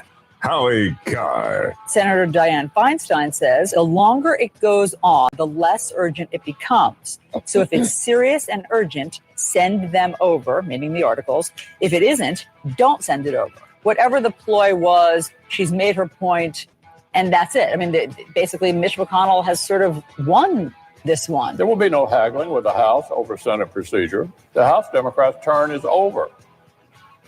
The Senate has made its decision. Unchained and unstoppable. This has gone on since the day I came down the escalator. This isn't just the Ukraine hoax. This is the witch hunt, the whole thing with Russia that turned out to be a total fabricated plot. The ones who are guilty are the Democrats, the DNC, and all of the dirty cops that were involved that we caught. Rump swabs, hacks, and moonbats beware. It's Howie Carr. A lot of good news today. Stock market hitting all-time highs. John Kerry weeping the buckets over the death of his dear friend, Soleimani. The director of sustainability terminated at Babson College. And there's more good news, though. This news is from the Sunshine State of Florida, where I am right now. And it is in Vero Beach. You may recall a few months ago, there was a deplorable fellow by the name of Bob Youngblood was enjoying himself, minding his own business at the Hurricane Grill, a great Florida name, the Hurricane Grill, in Vero Beach, Florida, wearing a MAGA hat. And a foreigner, a kraut, can I call him a kraut? He's from Germany. A kraut came up to Bob Youngblood, a deplorable MAGA hat wearing American citizen, and knocked the hat off of his head and called him a racist and a communist. A foreigner called an American a racist and a communist. And so today, the foreigner went to court, and we have Bob Youngblood to make a victim impact statement for us and to fill us in on what happened. Bob Youngblood, thanks for being with us again here on the Howie Carr Show. Thanks, Howie. Great to talk to you again. Wonderful day here in the Sunshine State, and two great things. We got Soleimani and Mr. Matthias Abel in the same week. Matthias Apfel. Yeah. What has happened to him? So he went into court today, right? And what was he charged with? He was charged with battery. The state let him plead down from a felony battery on a senior citizen to misdemeanor battery. And he pleaded no contest and threw himself upon the mercy of the court. And he went before Judge David Morgan this morning at 9 a.m. in the Indian River County Courthouse. I got to make a victim statement first. Okay. And then he had his other half, his partner, as she described herself, the mother of his two children, and his partner's mother make these famous remarks, great statements about what a great guy he was, and the judge said, "No, I'm not buying that." Now, we're used to seeing people come in, they're foreigners, and they always have an interpreter, even if they've been in the country for 30 years. Now, did Matthias need a German interpreter when he spoke to Judge Morgan or not? No, the Deutschlander, he spoke pretty good English, and he was, he was asked a lot of questions which he couldn't answer. What kind of questions? And why did you do this? What remorse do you have? What were you thinking about? And he just said, I made a mistake, Your Honor. I'm a wonderful person. Did you get a bad Ice Cube, Herr Apfel? And the mother of the partner turned to me in the courtroom, and the judge said, "You don't need to look at Mr. Youngblood. You need to look at me," as she tried to tell me all of the bad things that had happened to her families because of all the media on this thing. And he was a loving father. So in other words, Bob, let me get this straight. So in other words, their basic defense was, because he assaulted you, he became the victim.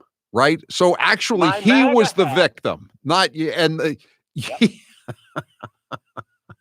MAGA hat set him off. And of course, I spoke to the judge, and told him my point of view, and it was nothing more than a hate crime, and he was a fascist pig. Mm-hmm. And the judge finally said, "Well, I'm going to adjudicate this." And the state attorney said, "Mr. Youngblood needs restitution, and he needs to buy him a new shirt that he spit on, and he needs to buy him a new MAGA hat." And the judge said, "Granted." So I get restitution of a new shirt and MAGA hat.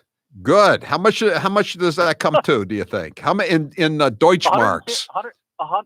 I don't know about Deutschmarks, but it's $155 for the shirt and hat, and he's got 90 days in the county jail, and he's got 12 months probation. You're kidding? They gave him active jail time? They had him in handcuffs and fingerprinted him, taking him to the county jail. Oh, that is great. I'm shocked. I'm really surprised and happy about this. Did you expect him to get active jail time? It was 50-50. I was sitting there with my friend Rick Cobb, and we were talking to each other in the courtroom. And when they got up and gave this "oh, pity on me" speech, I looked at Rick and I said, "Hey man, it's 50-50." And the state attorney says, "We're recommending 90 days jail time," and the judge just tore into this guy and said, "You called Mr. Youngblood a communist, and there's no excuse for this. This doesn't happen here. You need to read the Constitution." So I think that and he gave him a restraining order to stay away from me, not call me again, because he called me after the incident. Wait a second. He called you after the incident? I didn't know about this either, Bob. What did he say when he called you? Well, he tried to talk to me and told me that we had been involved in an altercation. And I said, "Are you kidding me? How did you get this private number? and don't call me again."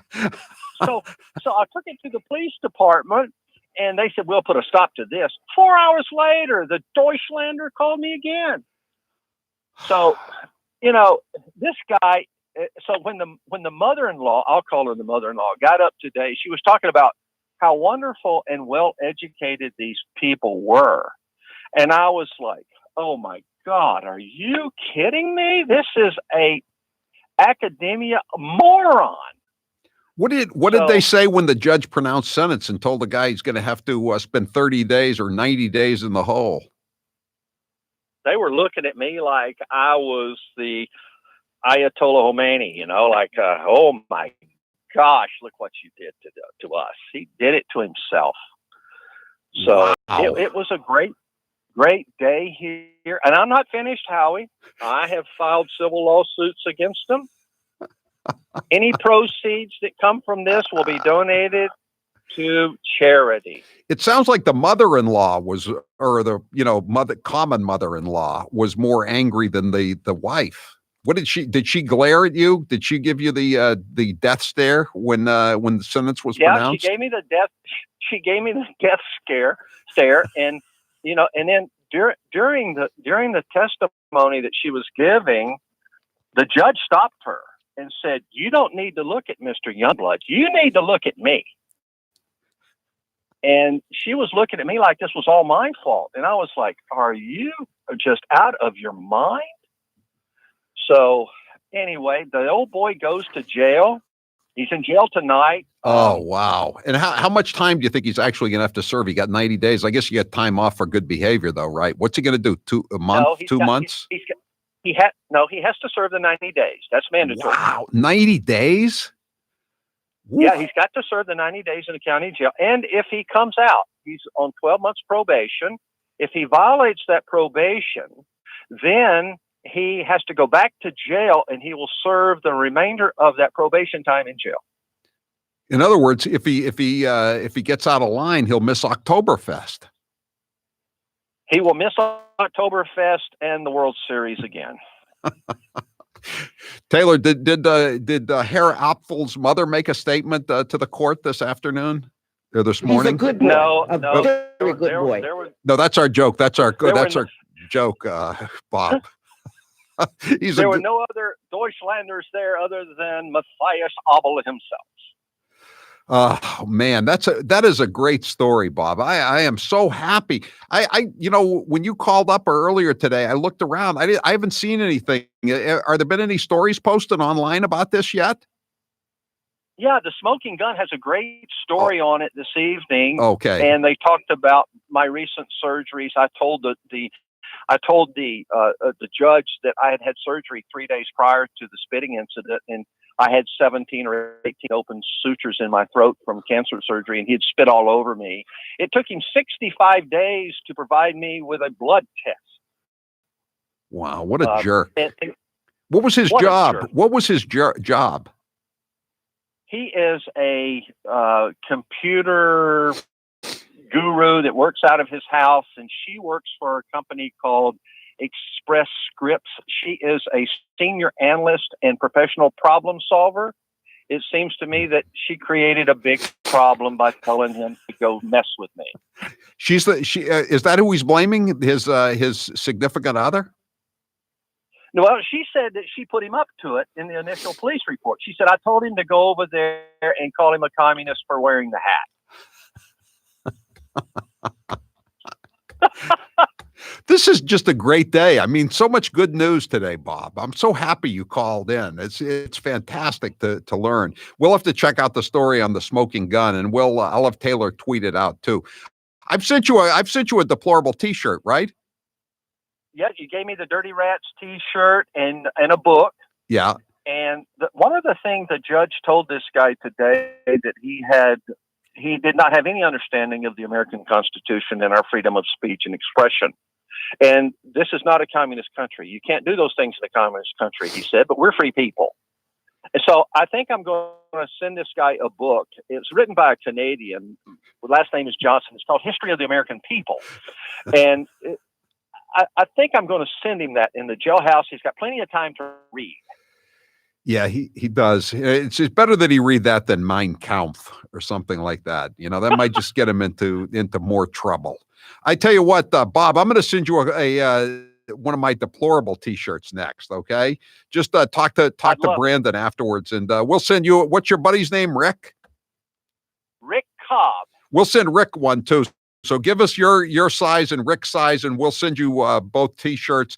And congratulations. And, I always say in the halls of justice, the only justice is in the halls. But today we got some justice in Indian River County, Florida, Vero Beach. That's great, Bob. Thanks for being with us here on the Howie Carr Show. I appreciate it.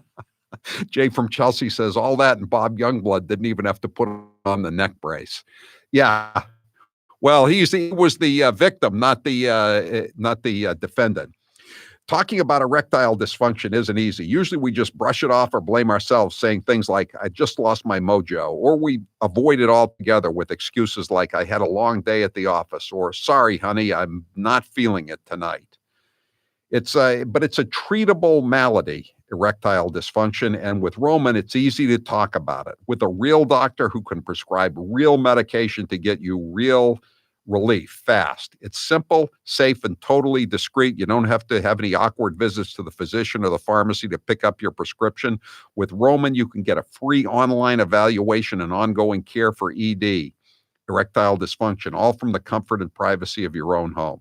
The doctor will work with you to find the best treatment plan. If medication is appropriate, Roman will ship it to you with free 2-day shipping. The whole process is straightforward, simple, and discreet. Getting started is simple. Just go to getroman.com/Howie and complete an online visit. Erectile dysfunction used to be tough to tackle, but now there's Roman. Complete an online visit today to connect with a doctor and take care of it. Just go to getroman.com/Howie to get a free online visit and free 2-day shipping. That's getroman.com/Howie for a free visit to get started. Again, all from the privacy of your own home, no awkward visits to a physician or a pharmacy. Getroman.com/Howie. I'm Howie Carr. He's the maestro of microaggression. He's Howie Carr. This hour of the Howie Carr Show is brought to you in part by Honest Howie's History Podcast. Hear about Joe Kennedy's potential run against Ed Markey for the U.S. Senate and learn how history repeats itself. Available now at HowieCarrShow.com. And now, an interview with the Emperor of Hate, Howie Carr. Is Kennedy Babylon 2 your last book? No, if I think of another topic for a book I want to write, I'll go for it. But I think it's the last of my Kennedy Babylon series. I made Kennedy Babylon 2 kind of long because I wanted to get everything in there. Now there's other stuff I could write about, but I'm Kennedy now. Since having the sleeve operation, do you miss not eating big meals? No, I don't. I can still eat what I used to eat. I just can't eat as much. I'm now very surprised how much I used to eat. I'm surprised at how much people I eat with consume. It's just hard to believe that I used to eat that much, but no, it's not a problem. How is Mr. Gooner since Pearl's passing? Mr. Gooner is drowning his sorrows in food. What is the most trouble you ever got into as a kid? My father was giving me grief one time up at Moosehead Lake in Maine, and I threw a rock. He didn't much like that. John, what happened at Perfect Smiles when you went? The initial consultation was easy. In the past, they just hand me a clipboard to fill out the forms, but that's not how it worked at Perfect Smiles. What was nice was it was a true consultation. They asked me my medical history or what I wanted to get out of the treatment plan. For me, I lived with TMJ. I'd literally have to crack my jaw throughout the day to relieve the pressure. I'd get headaches throughout the day. I'd be in pain. When I was at Perfect Smiles, they asked me what I wanted to get out of the treatment. You know, as a joke, I just said, geez, I'd love you to be able to fix my TMJ. And I was surprised because Dr. Houghton specializes in working with patients like me that have TMJ. Did you tweet it or do you want me to tweet it? Dr. Houghton at Perfect Smile. Not only did I walk out of that office with a good, smile, good, because I didn't fixed see it my when you told me this. When Brandon told me, I didn't see anything, but they posted something this afternoon. It's a good story. So great. That's I never realized my teeth looked so bad before. Now I take a look at the before and after pictures and I'm amazed. Go to Perfect Smiles in Nashua, New Hampshire, or visit their website, perfectsmiles.com. And now, an interview with the Emperor of Hate, Howie Carr. Would you say you're more like your mom or your dad? No, I don't think I ended up being like either of them now that I think about it. My mother worked hard, but she never really learned how to make a lot of money. And my father didn't work so hard, but he had a good personality. He was good with people. He was better than me with people. That's why I'm saying I'm not like either one of them, I don't think. Did you have any siblings? Yes, I have a brother, a younger brother. What was your favorite subject in school? Well, all kinds of history. I loved all kinds of history. If you could have 3 houses besides the ones you already have, anywhere in the world, where would they be? I wouldn't mind having another house in Palm Beach on Clark Avenue. Maybe a place in southern Maine. I don't need a third place. Didn't you already have a house in Maine? I did. It was on an island. It was not a good fit for the mailroom manager. I've heard the house was haunted. Is that true? Yes. And my wife didn't really care that much for my relatives.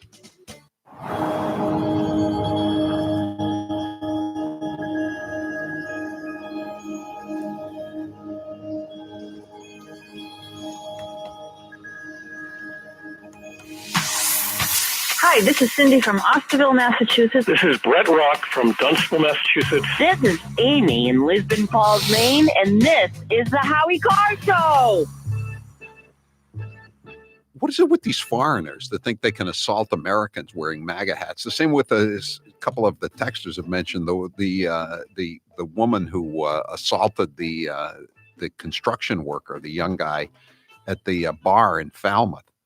She was an illegal alien. This guy at least was I guess he's a naturalized American citizen. The Smoking Gun says he's a registered Democrat. Surprise, surprise. But imagine the audacity of the guy. He's in the country as basically as a guest. I don't care if he's a naturalized citizen. I mean, we welcomed him to the country, this crowd. And he goes over to the table. This guy's minding his own business and says, you should go back to Russia. Go back to Russia, you bleeping communist.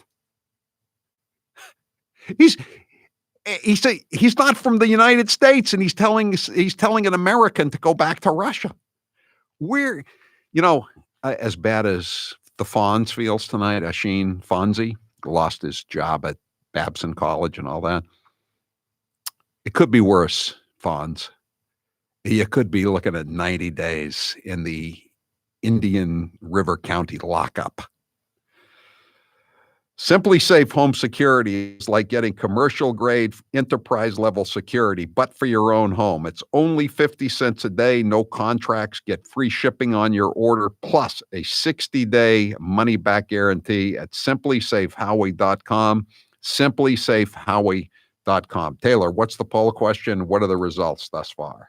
Were the Iranians trying to kill Americans in their missile strikes? I believe they were, yes. 53% say yes. Okay. Keeps going up a little bit every hour, but it's not all the way there yet. 844-500-4242. I'll read you the Fonz's statement when we come back. More of the Fonz's statement. And the New York Times, we played the cut earlier in the day of Chris Matthews comparing Soleimani to Princess Di and Elvis Presley. The New York Times went one step further. They compared him to Martin Luther King Jr. He was apparently a civil rights leader in Iran. Is there no level to which these people will not stoop?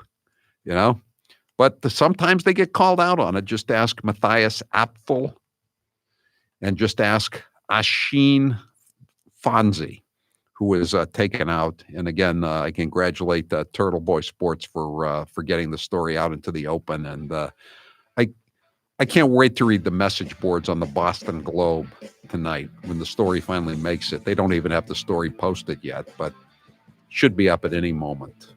It's Donald Trump's fault. Donald Trump claimed a lot of victims today. I'm Howie Carr. I'm here with Dr. Bruce Houghton from Perfect Smiles in Nashua, New Hampshire. You get a lot of patients, I'm sure, who are apprehensive about veneers. What are some of the questions and fears you get when you're dealing with new patients? Some people think they could look too fake, but true cosmetic dentistry is incredibly detail-oriented. So we put a lot of time and effort into individualizing how the smile looks, and we really make them look natural, but very, very pleasant.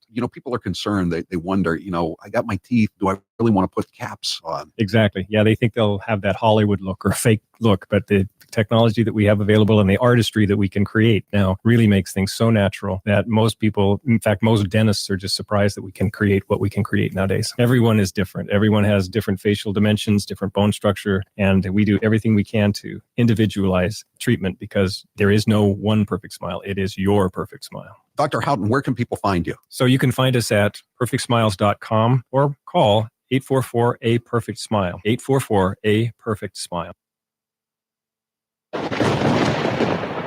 And now, an interview with the Emperor of Hate, Howie Carr. Would you say you're more like your mom or your dad? No, I don't think I ended up being like either of them, now that I think about it. My mother worked hard, but she never really learned how to make a lot of money. And my father didn't work so hard, but he had a good personality. He was good with people. He was better than me with people. That's why I'm saying I'm not like either one of them, I don't think. Did you have any siblings? Yes, I have a brother, a younger brother. What was your favorite subject in school? Well, all kinds of history. I loved all kinds of history. If you could have 3 houses besides the ones you already have, anywhere in the world, where would they be? I wouldn't mind having another house in Palm Beach on Clark Avenue. Maybe a place in southern Maine.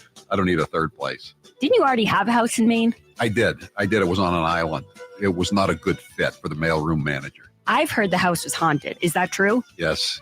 And, my wife didn't really care that much for my relatives. I'm here with Dr. Bruce Houghton from Perfect Smiles in Nashua, New Hampshire. You get a lot of patients, I'm sure, who are apprehensive about veneers. What are some of the questions and fears you get when you're dealing with new patients? Some people think they could look too fake, but true cosmetic dentistry is incredibly detail-oriented. So we put a lot of time and effort into individualizing how the smile looks, and we really make them look natural, but very, very pleasant. People are concerned. They wonder, I got my teeth. Do I really want to put caps on? Exactly. Yeah, they think they'll have that Hollywood look or fake look, but the technology that we have available and the artistry that we can create now really makes things so natural that most people, in fact, most dentists are just surprised that we can create what we can create nowadays. Everyone is different. Everyone has different facial dimensions, different bone structure, and we do everything we can to individualize treatment because there is no one perfect smile. It is your perfect smile. Dr. Houghton, where can people find you? So you can find us at perfectsmiles.com or call 844-A-PERFECT-SMILE, 844-A-PERFECT-SMILE. And now, an interview with the Emperor of Hate, Howie Carr. You are known as a cheap bastard. Which one of your daughters is the cheapest and why? Charlotte is the cheapest, and I say that because she's always using my credit card. We keep changing the credit cards over and over again, and she keeps busting in and using them again. Most recently, just this week, she spent $75 at AT&T. What's the cheapest thing you do now to save money? The cheapest thing I do currently to save money, I guess, is I take all the bottles and cans back to the market basket every weekend. I always like to save that money. I can't stand to throw those bottles and cans away and have the unclaimed returns go to the state of Massachusetts for illegal aliens. Do you recycle? Yes, I do recycle. When I got on the town meeting, I saw that the town dump was probably the only department in the town that was running in the black, and it's because of all the recycling that was going on. So I try to keep my taxes down that way. And now, an interview with the Emperor of Hate, Howie Carr. Did you have any pets when you were younger? I had a cat named Dexter. That was my first pet. And then I had possession of 2 poodles when I lived in Palm Beach, Princess and Frisky. They weren't really my dogs, but I took care of them. They lived with me. So they were my dogs. I love those poodles. When you were a kid, what was the best gift you ever received? I got this wooden fort from FAO Schwartz in Palm Beach, about the age of 6 or 7, 10 soldiers to go along with it. Such a cool fort. I had that fort for like maybe close to 10 years. What is your all-time favorite movie? Probably Goodfellas. I love Goodfellas. I love it even more than The Godfather. What is your favorite dessert? Oh, that's a tough one. Probably chocolate ice cream, followed by vanilla ice cream, followed by coffee ice cream.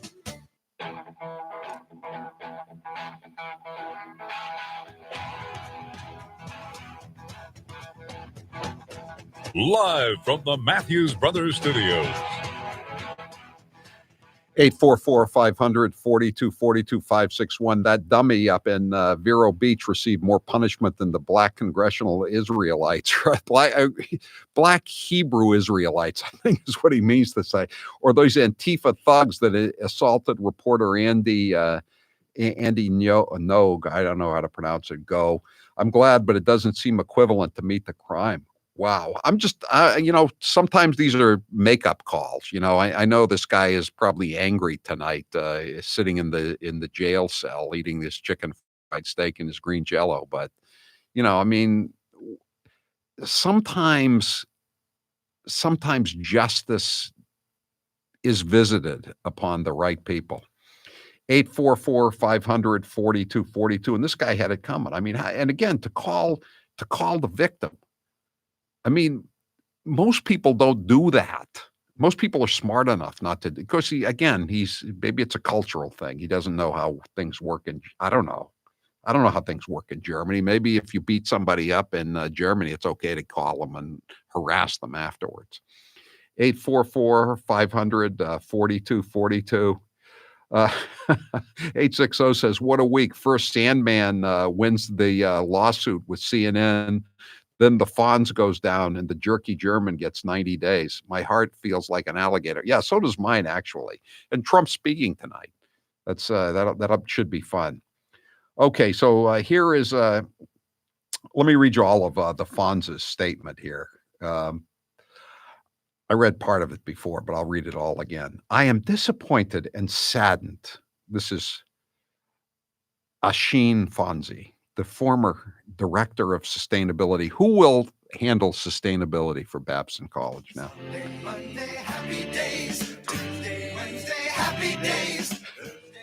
Fonz has jumped the shark at Babson.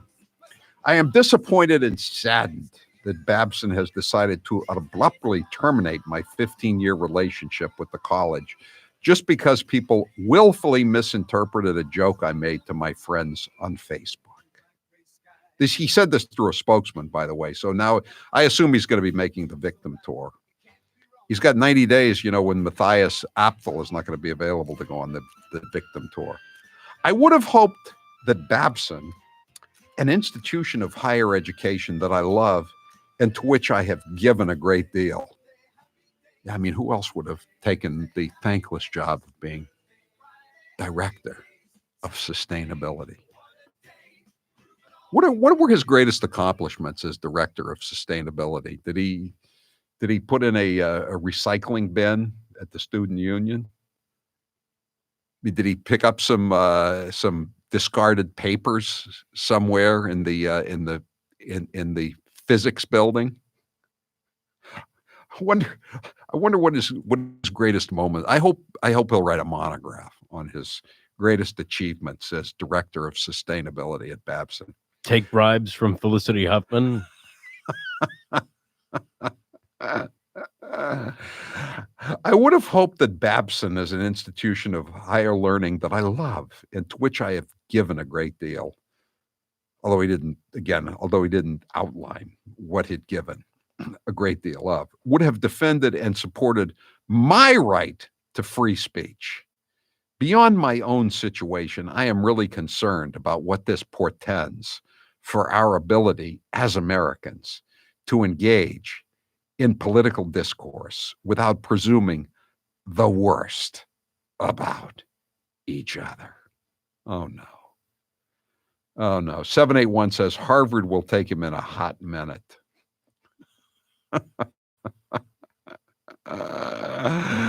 Oh boy. Okay. Before we go back to the phone lines, I want to read you one more thing. New York Times podcast host Michael Barbaro compared the mourning in Iran over the death of Soleimani to America's reaction to the death of Martin Luther King during Tuesday's episode of the podcast The Daily.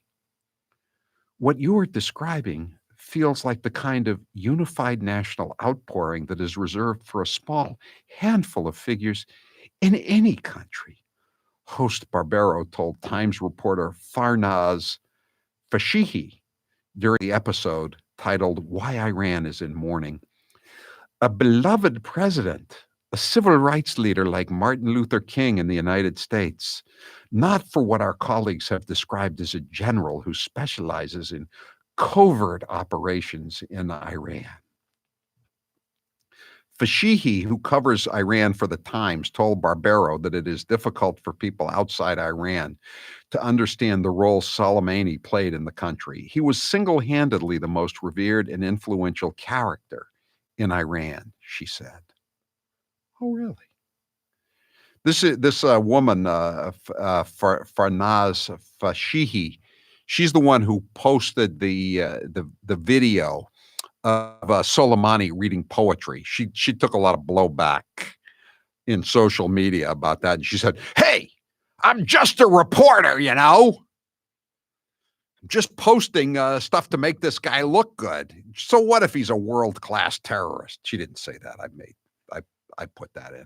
Anyway, I would like to congratulate Judge David Morgan, who sent the German rabble rouser, the German terrorist, to jail for 90 days.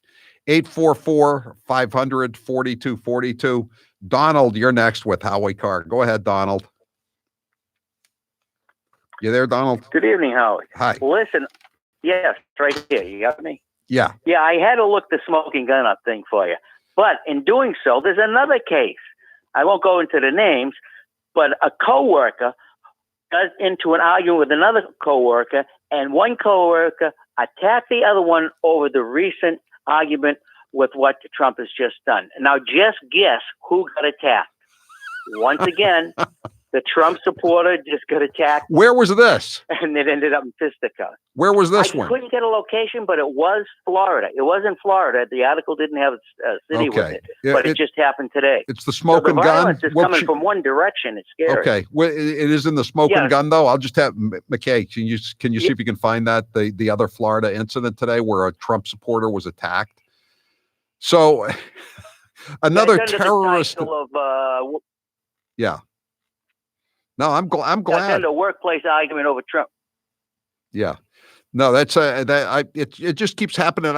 I've forgotten about the one in Falmouth, or I hadn't forgotten about it. I just hadn't followed it up. I assumed that they broomed that case, but I'll check that one tomorrow. We'll try to find out what happened with that case with the Trump supporter who was attacked. We actually had him on a couple of times. That guy, he was like, I don't know, 23, 25 years old, minding his own business, having a drink. And this drunk Brazilian came up to him, and an illegal alien from Brazil came up to him and started attacking him for wearing the Trump hat in the bar. And, then of course, that was a great case. I don't know. Again, I assume that she got off. But the great part about that case was 2 or 3 days later, ICE arrived and picked her up, and so that. Thanks for the call, Donald. Thanks for filling me in on that. We'll have that. 978 says director of sustainability equals janitor. That is probably why it was easy to be thrown out. Yeah. I know. There was a guy from Emory University a few years ago who wrote a column for the Wall Street Journal. And he said that, all of these recycling bins, they're not just in colleges now, but they started out in colleges. He said they were like religious shrines. And where you had to, genuflect or make homage to them by throwing crap into them. And he said, and by the way, I couldn't be writing this column if I didn't have tenure already, because it would prevent me from getting a permanent position at the university. And you know what? I thought to myself, that's exactly right. You're not allowed to have any kind of dissenting belief in a institution of higher learning now. 844-500-4242. Let's see. Okay, here's the story, the other story from Florida. Workplace argument over Trump-Iran ends in fisticuffs and then handcuffs. The arrest of a workplace dispute over recent world issues in Iraq-Iran, that's unquotes, ended yesterday with the arrest of a Florida maintenance man. Is that anything like a janitor or a Florida maintenance man? Not if you're Elizabeth Warren. Is he was this guy a director of sustainability somewhere who allegedly punched a coworker in the face after becoming, quote, irate over issues he has with President Trump? Oh, this was in Clearwater, Florida. That's what Whitey Bulger's old stomping grounds.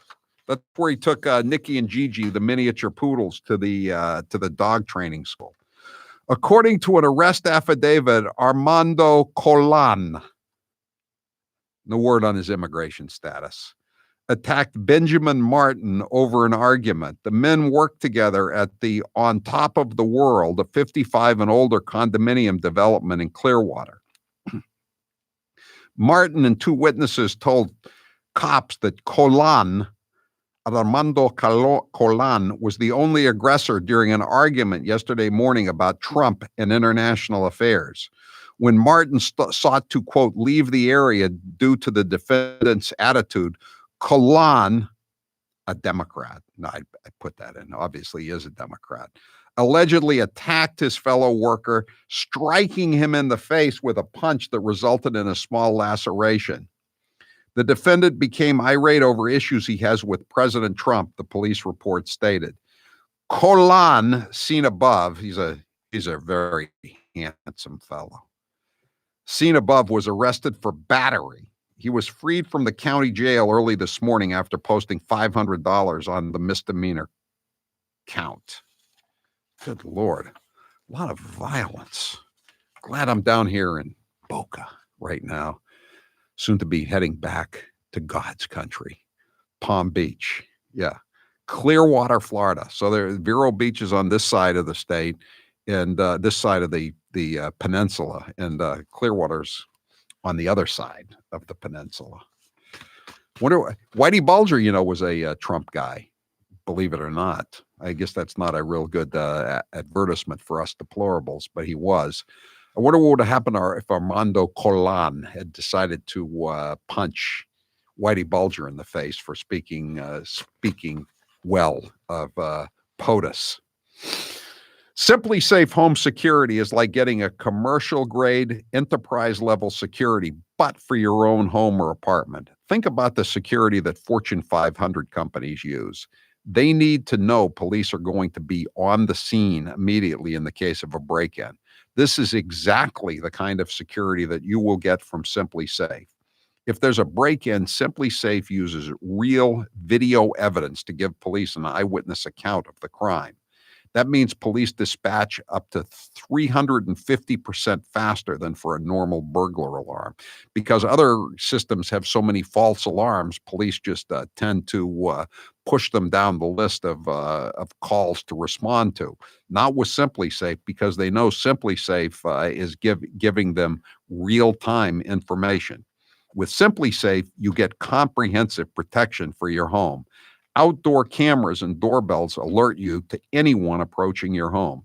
Entry, motion, and glass break sensors guard inside. Plus, Simply Safe protects your home from fires, water damage, and carbon monoxide poisoning. It's all monitored 24/7 by live security professionals. You can set up the system yourself with no tools needed, or Simply Safe's experts can do it for you. And it's only 50 cents a day, 1/3 the cost of other companies, with no contracts. You don't ever want to be the victim of a burglary if you can avoid it. And the best way to avoid it is by getting Simply Safe protection. Right now, do it today. Do it tonight. Go to simplysafehowie.com right now to get free shipping on your order, plus a 60-day money-back guarantee. That's simplysafehowie.com to save on home security today. simplysafehowie.com. I'm Howie Carr. Keep it here, chumps. More Howie Carr after this. He's the gaff that keeps on giving. Here's 1 minute of former Vice President Joe Biden. You teachers who touch them, figuratively speaking, well, I hope you touch them and tell them how much you love them too. But my point is, when you touch their hearts, I get in trouble with some of the things I say, but I want to tell you, just be straight up. If I'm your president, with me, it starts here in my gut, goes to my heart, and then I articulate it. And by the way, I sit on the stand and it get hot. I got hairy legs that turn blonde in the sun. And the kids used to come up and reach in the pool and rub my leg down so straight, and then watch the hair come back up again. 1.2 billion. So you go ahead and you stack spaghetti sauce at a store in a supermarket. You control the guy or the woman who brings out the carts on a forklift. So I learned about roaches. I learned about kids jumping on my lap, and I've loved kids jumping on my lap.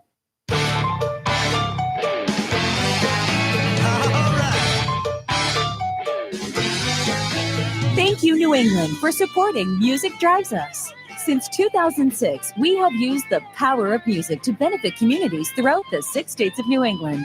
During this time, we've proudly supported more than 200 schools and donated upwards of 1,000 instruments. And this year, we're getting ready to donate all over again. Our work is made possible through your continued support of our musical mission. Whether you donated, volunteered at our events, attended our concerts, or engaged with us on social media, thank you.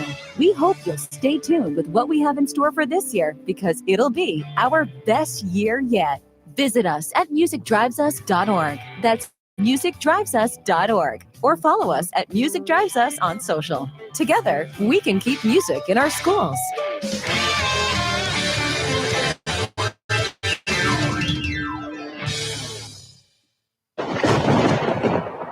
And now, an interview with the Emperor of Hate, Howie Carr. Can you remember any time in your life when you were starstruck? One time I saw Peter Vesey, the NBA columnist for the New York Post. He was in the Herald sports department. I really liked his column, so I went up and introduced myself to him. Then one time there was Cousin Brucey from WABC, and I used to listen to him driving back and forth between Chapel Hill and Deerfield when I was in college. Everybody on the East Coast listened to him. I couldn't believe that I was in the presence of Cousin Brucey. Do you ever play bridge anymore? No, I haven't played bridge in a very long time. Nobody I know plays bridge. I think my bridge days are behind me. Do you think you'd still be good at it? I'm not a great bidder, but I know how to count cards. That to me is the essence of playing a hand of bridge, is to be able to count cards. What is a rhino? Rhino is a Republican in name only. Think Paul Ryan. Oh, think Mitt Romney. Think Jeff Flake.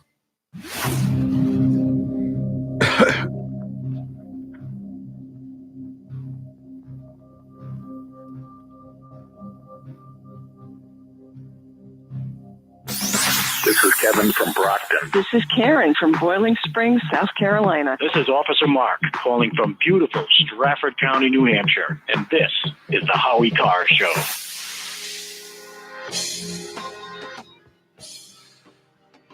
(844-500-4242), and I hope you'll join me and Grace a week from tomorrow, Friday, January 17th, my birthday, at the local in Waltham. It's right off of 128. It's the newest location of a great chain, and there's plenty of room. We're going to have a great time. Just come on down. You don't need to register or anything like that. Just walk through the door, free admission. Everybody who walks through the door gets a book while supplies last, and I think they'll last. And free cake, and you have to pay for your food or your drink, but other than that, everything's fine, and you can enter a raffle to have dinner at 6:00 with me and Grace on my birthday, and I look forward to seeing everybody there. 844-500-4242. You know, Andrea Campbell is the Boston City Councilor. She was president of the Boston City Council until earlier this week. And it's not very seldom reported, but I mean, it's no knock on her, but it is a fact that her father and her uncle, Alvin and Arnold Campbell, were gangsters. They were black gangsters. They were with the Winter Hill Gang. They were with Johnny Monterano during the 70s, and they wiped out several of their rivals on Blue Hill Avenue from the group called Negro. New England grassroots organization. They shot several of them on Blue Hill Avenue. The Negro headquarters were above a pizza parlor, and the wife of one of the Campbells went to Johnny Monterano. There was one witness left, and they still had a death penalty in Massachusetts at the time. And she went to Johnny Monterano and asked him to kill the witness, and Johnny did. I wrote about it in Hitman. Johnny picked the guy up, and he was said, "Do you want a line of cocaine?" And he bent over to snort the cocaine in a car. This was in the Fenway, and Johnny pulled out his gun and shot him in the head. The witness against this, his name was Ronald Hicks, I believe. And so the Campbells got off.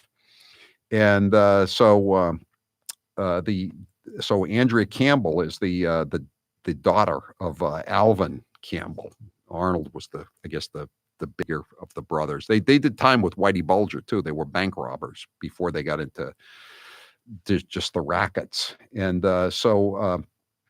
this week, Andrea Campbell's city councilor, Andrea Campbell's brother, Alvin R. Campbell Jr., was arraigned for a heinous crime, accused of picking up a woman who was waiting for an Uber outside a bar near the Garden, the Boston TD Garden, driving her to Rhode Island, where he allegedly raped her.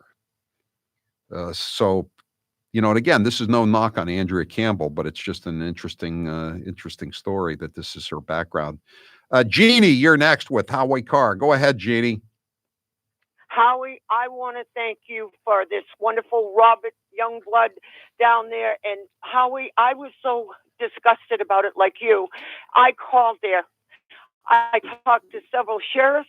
I talked to several people. They agreed the God factor is missing, Howie. It's still America. This is Judeo-Christian nation. Everybody has a right to get their big mouths out there. And Howie, I thank you for following up on it. There are some good people left, Howie.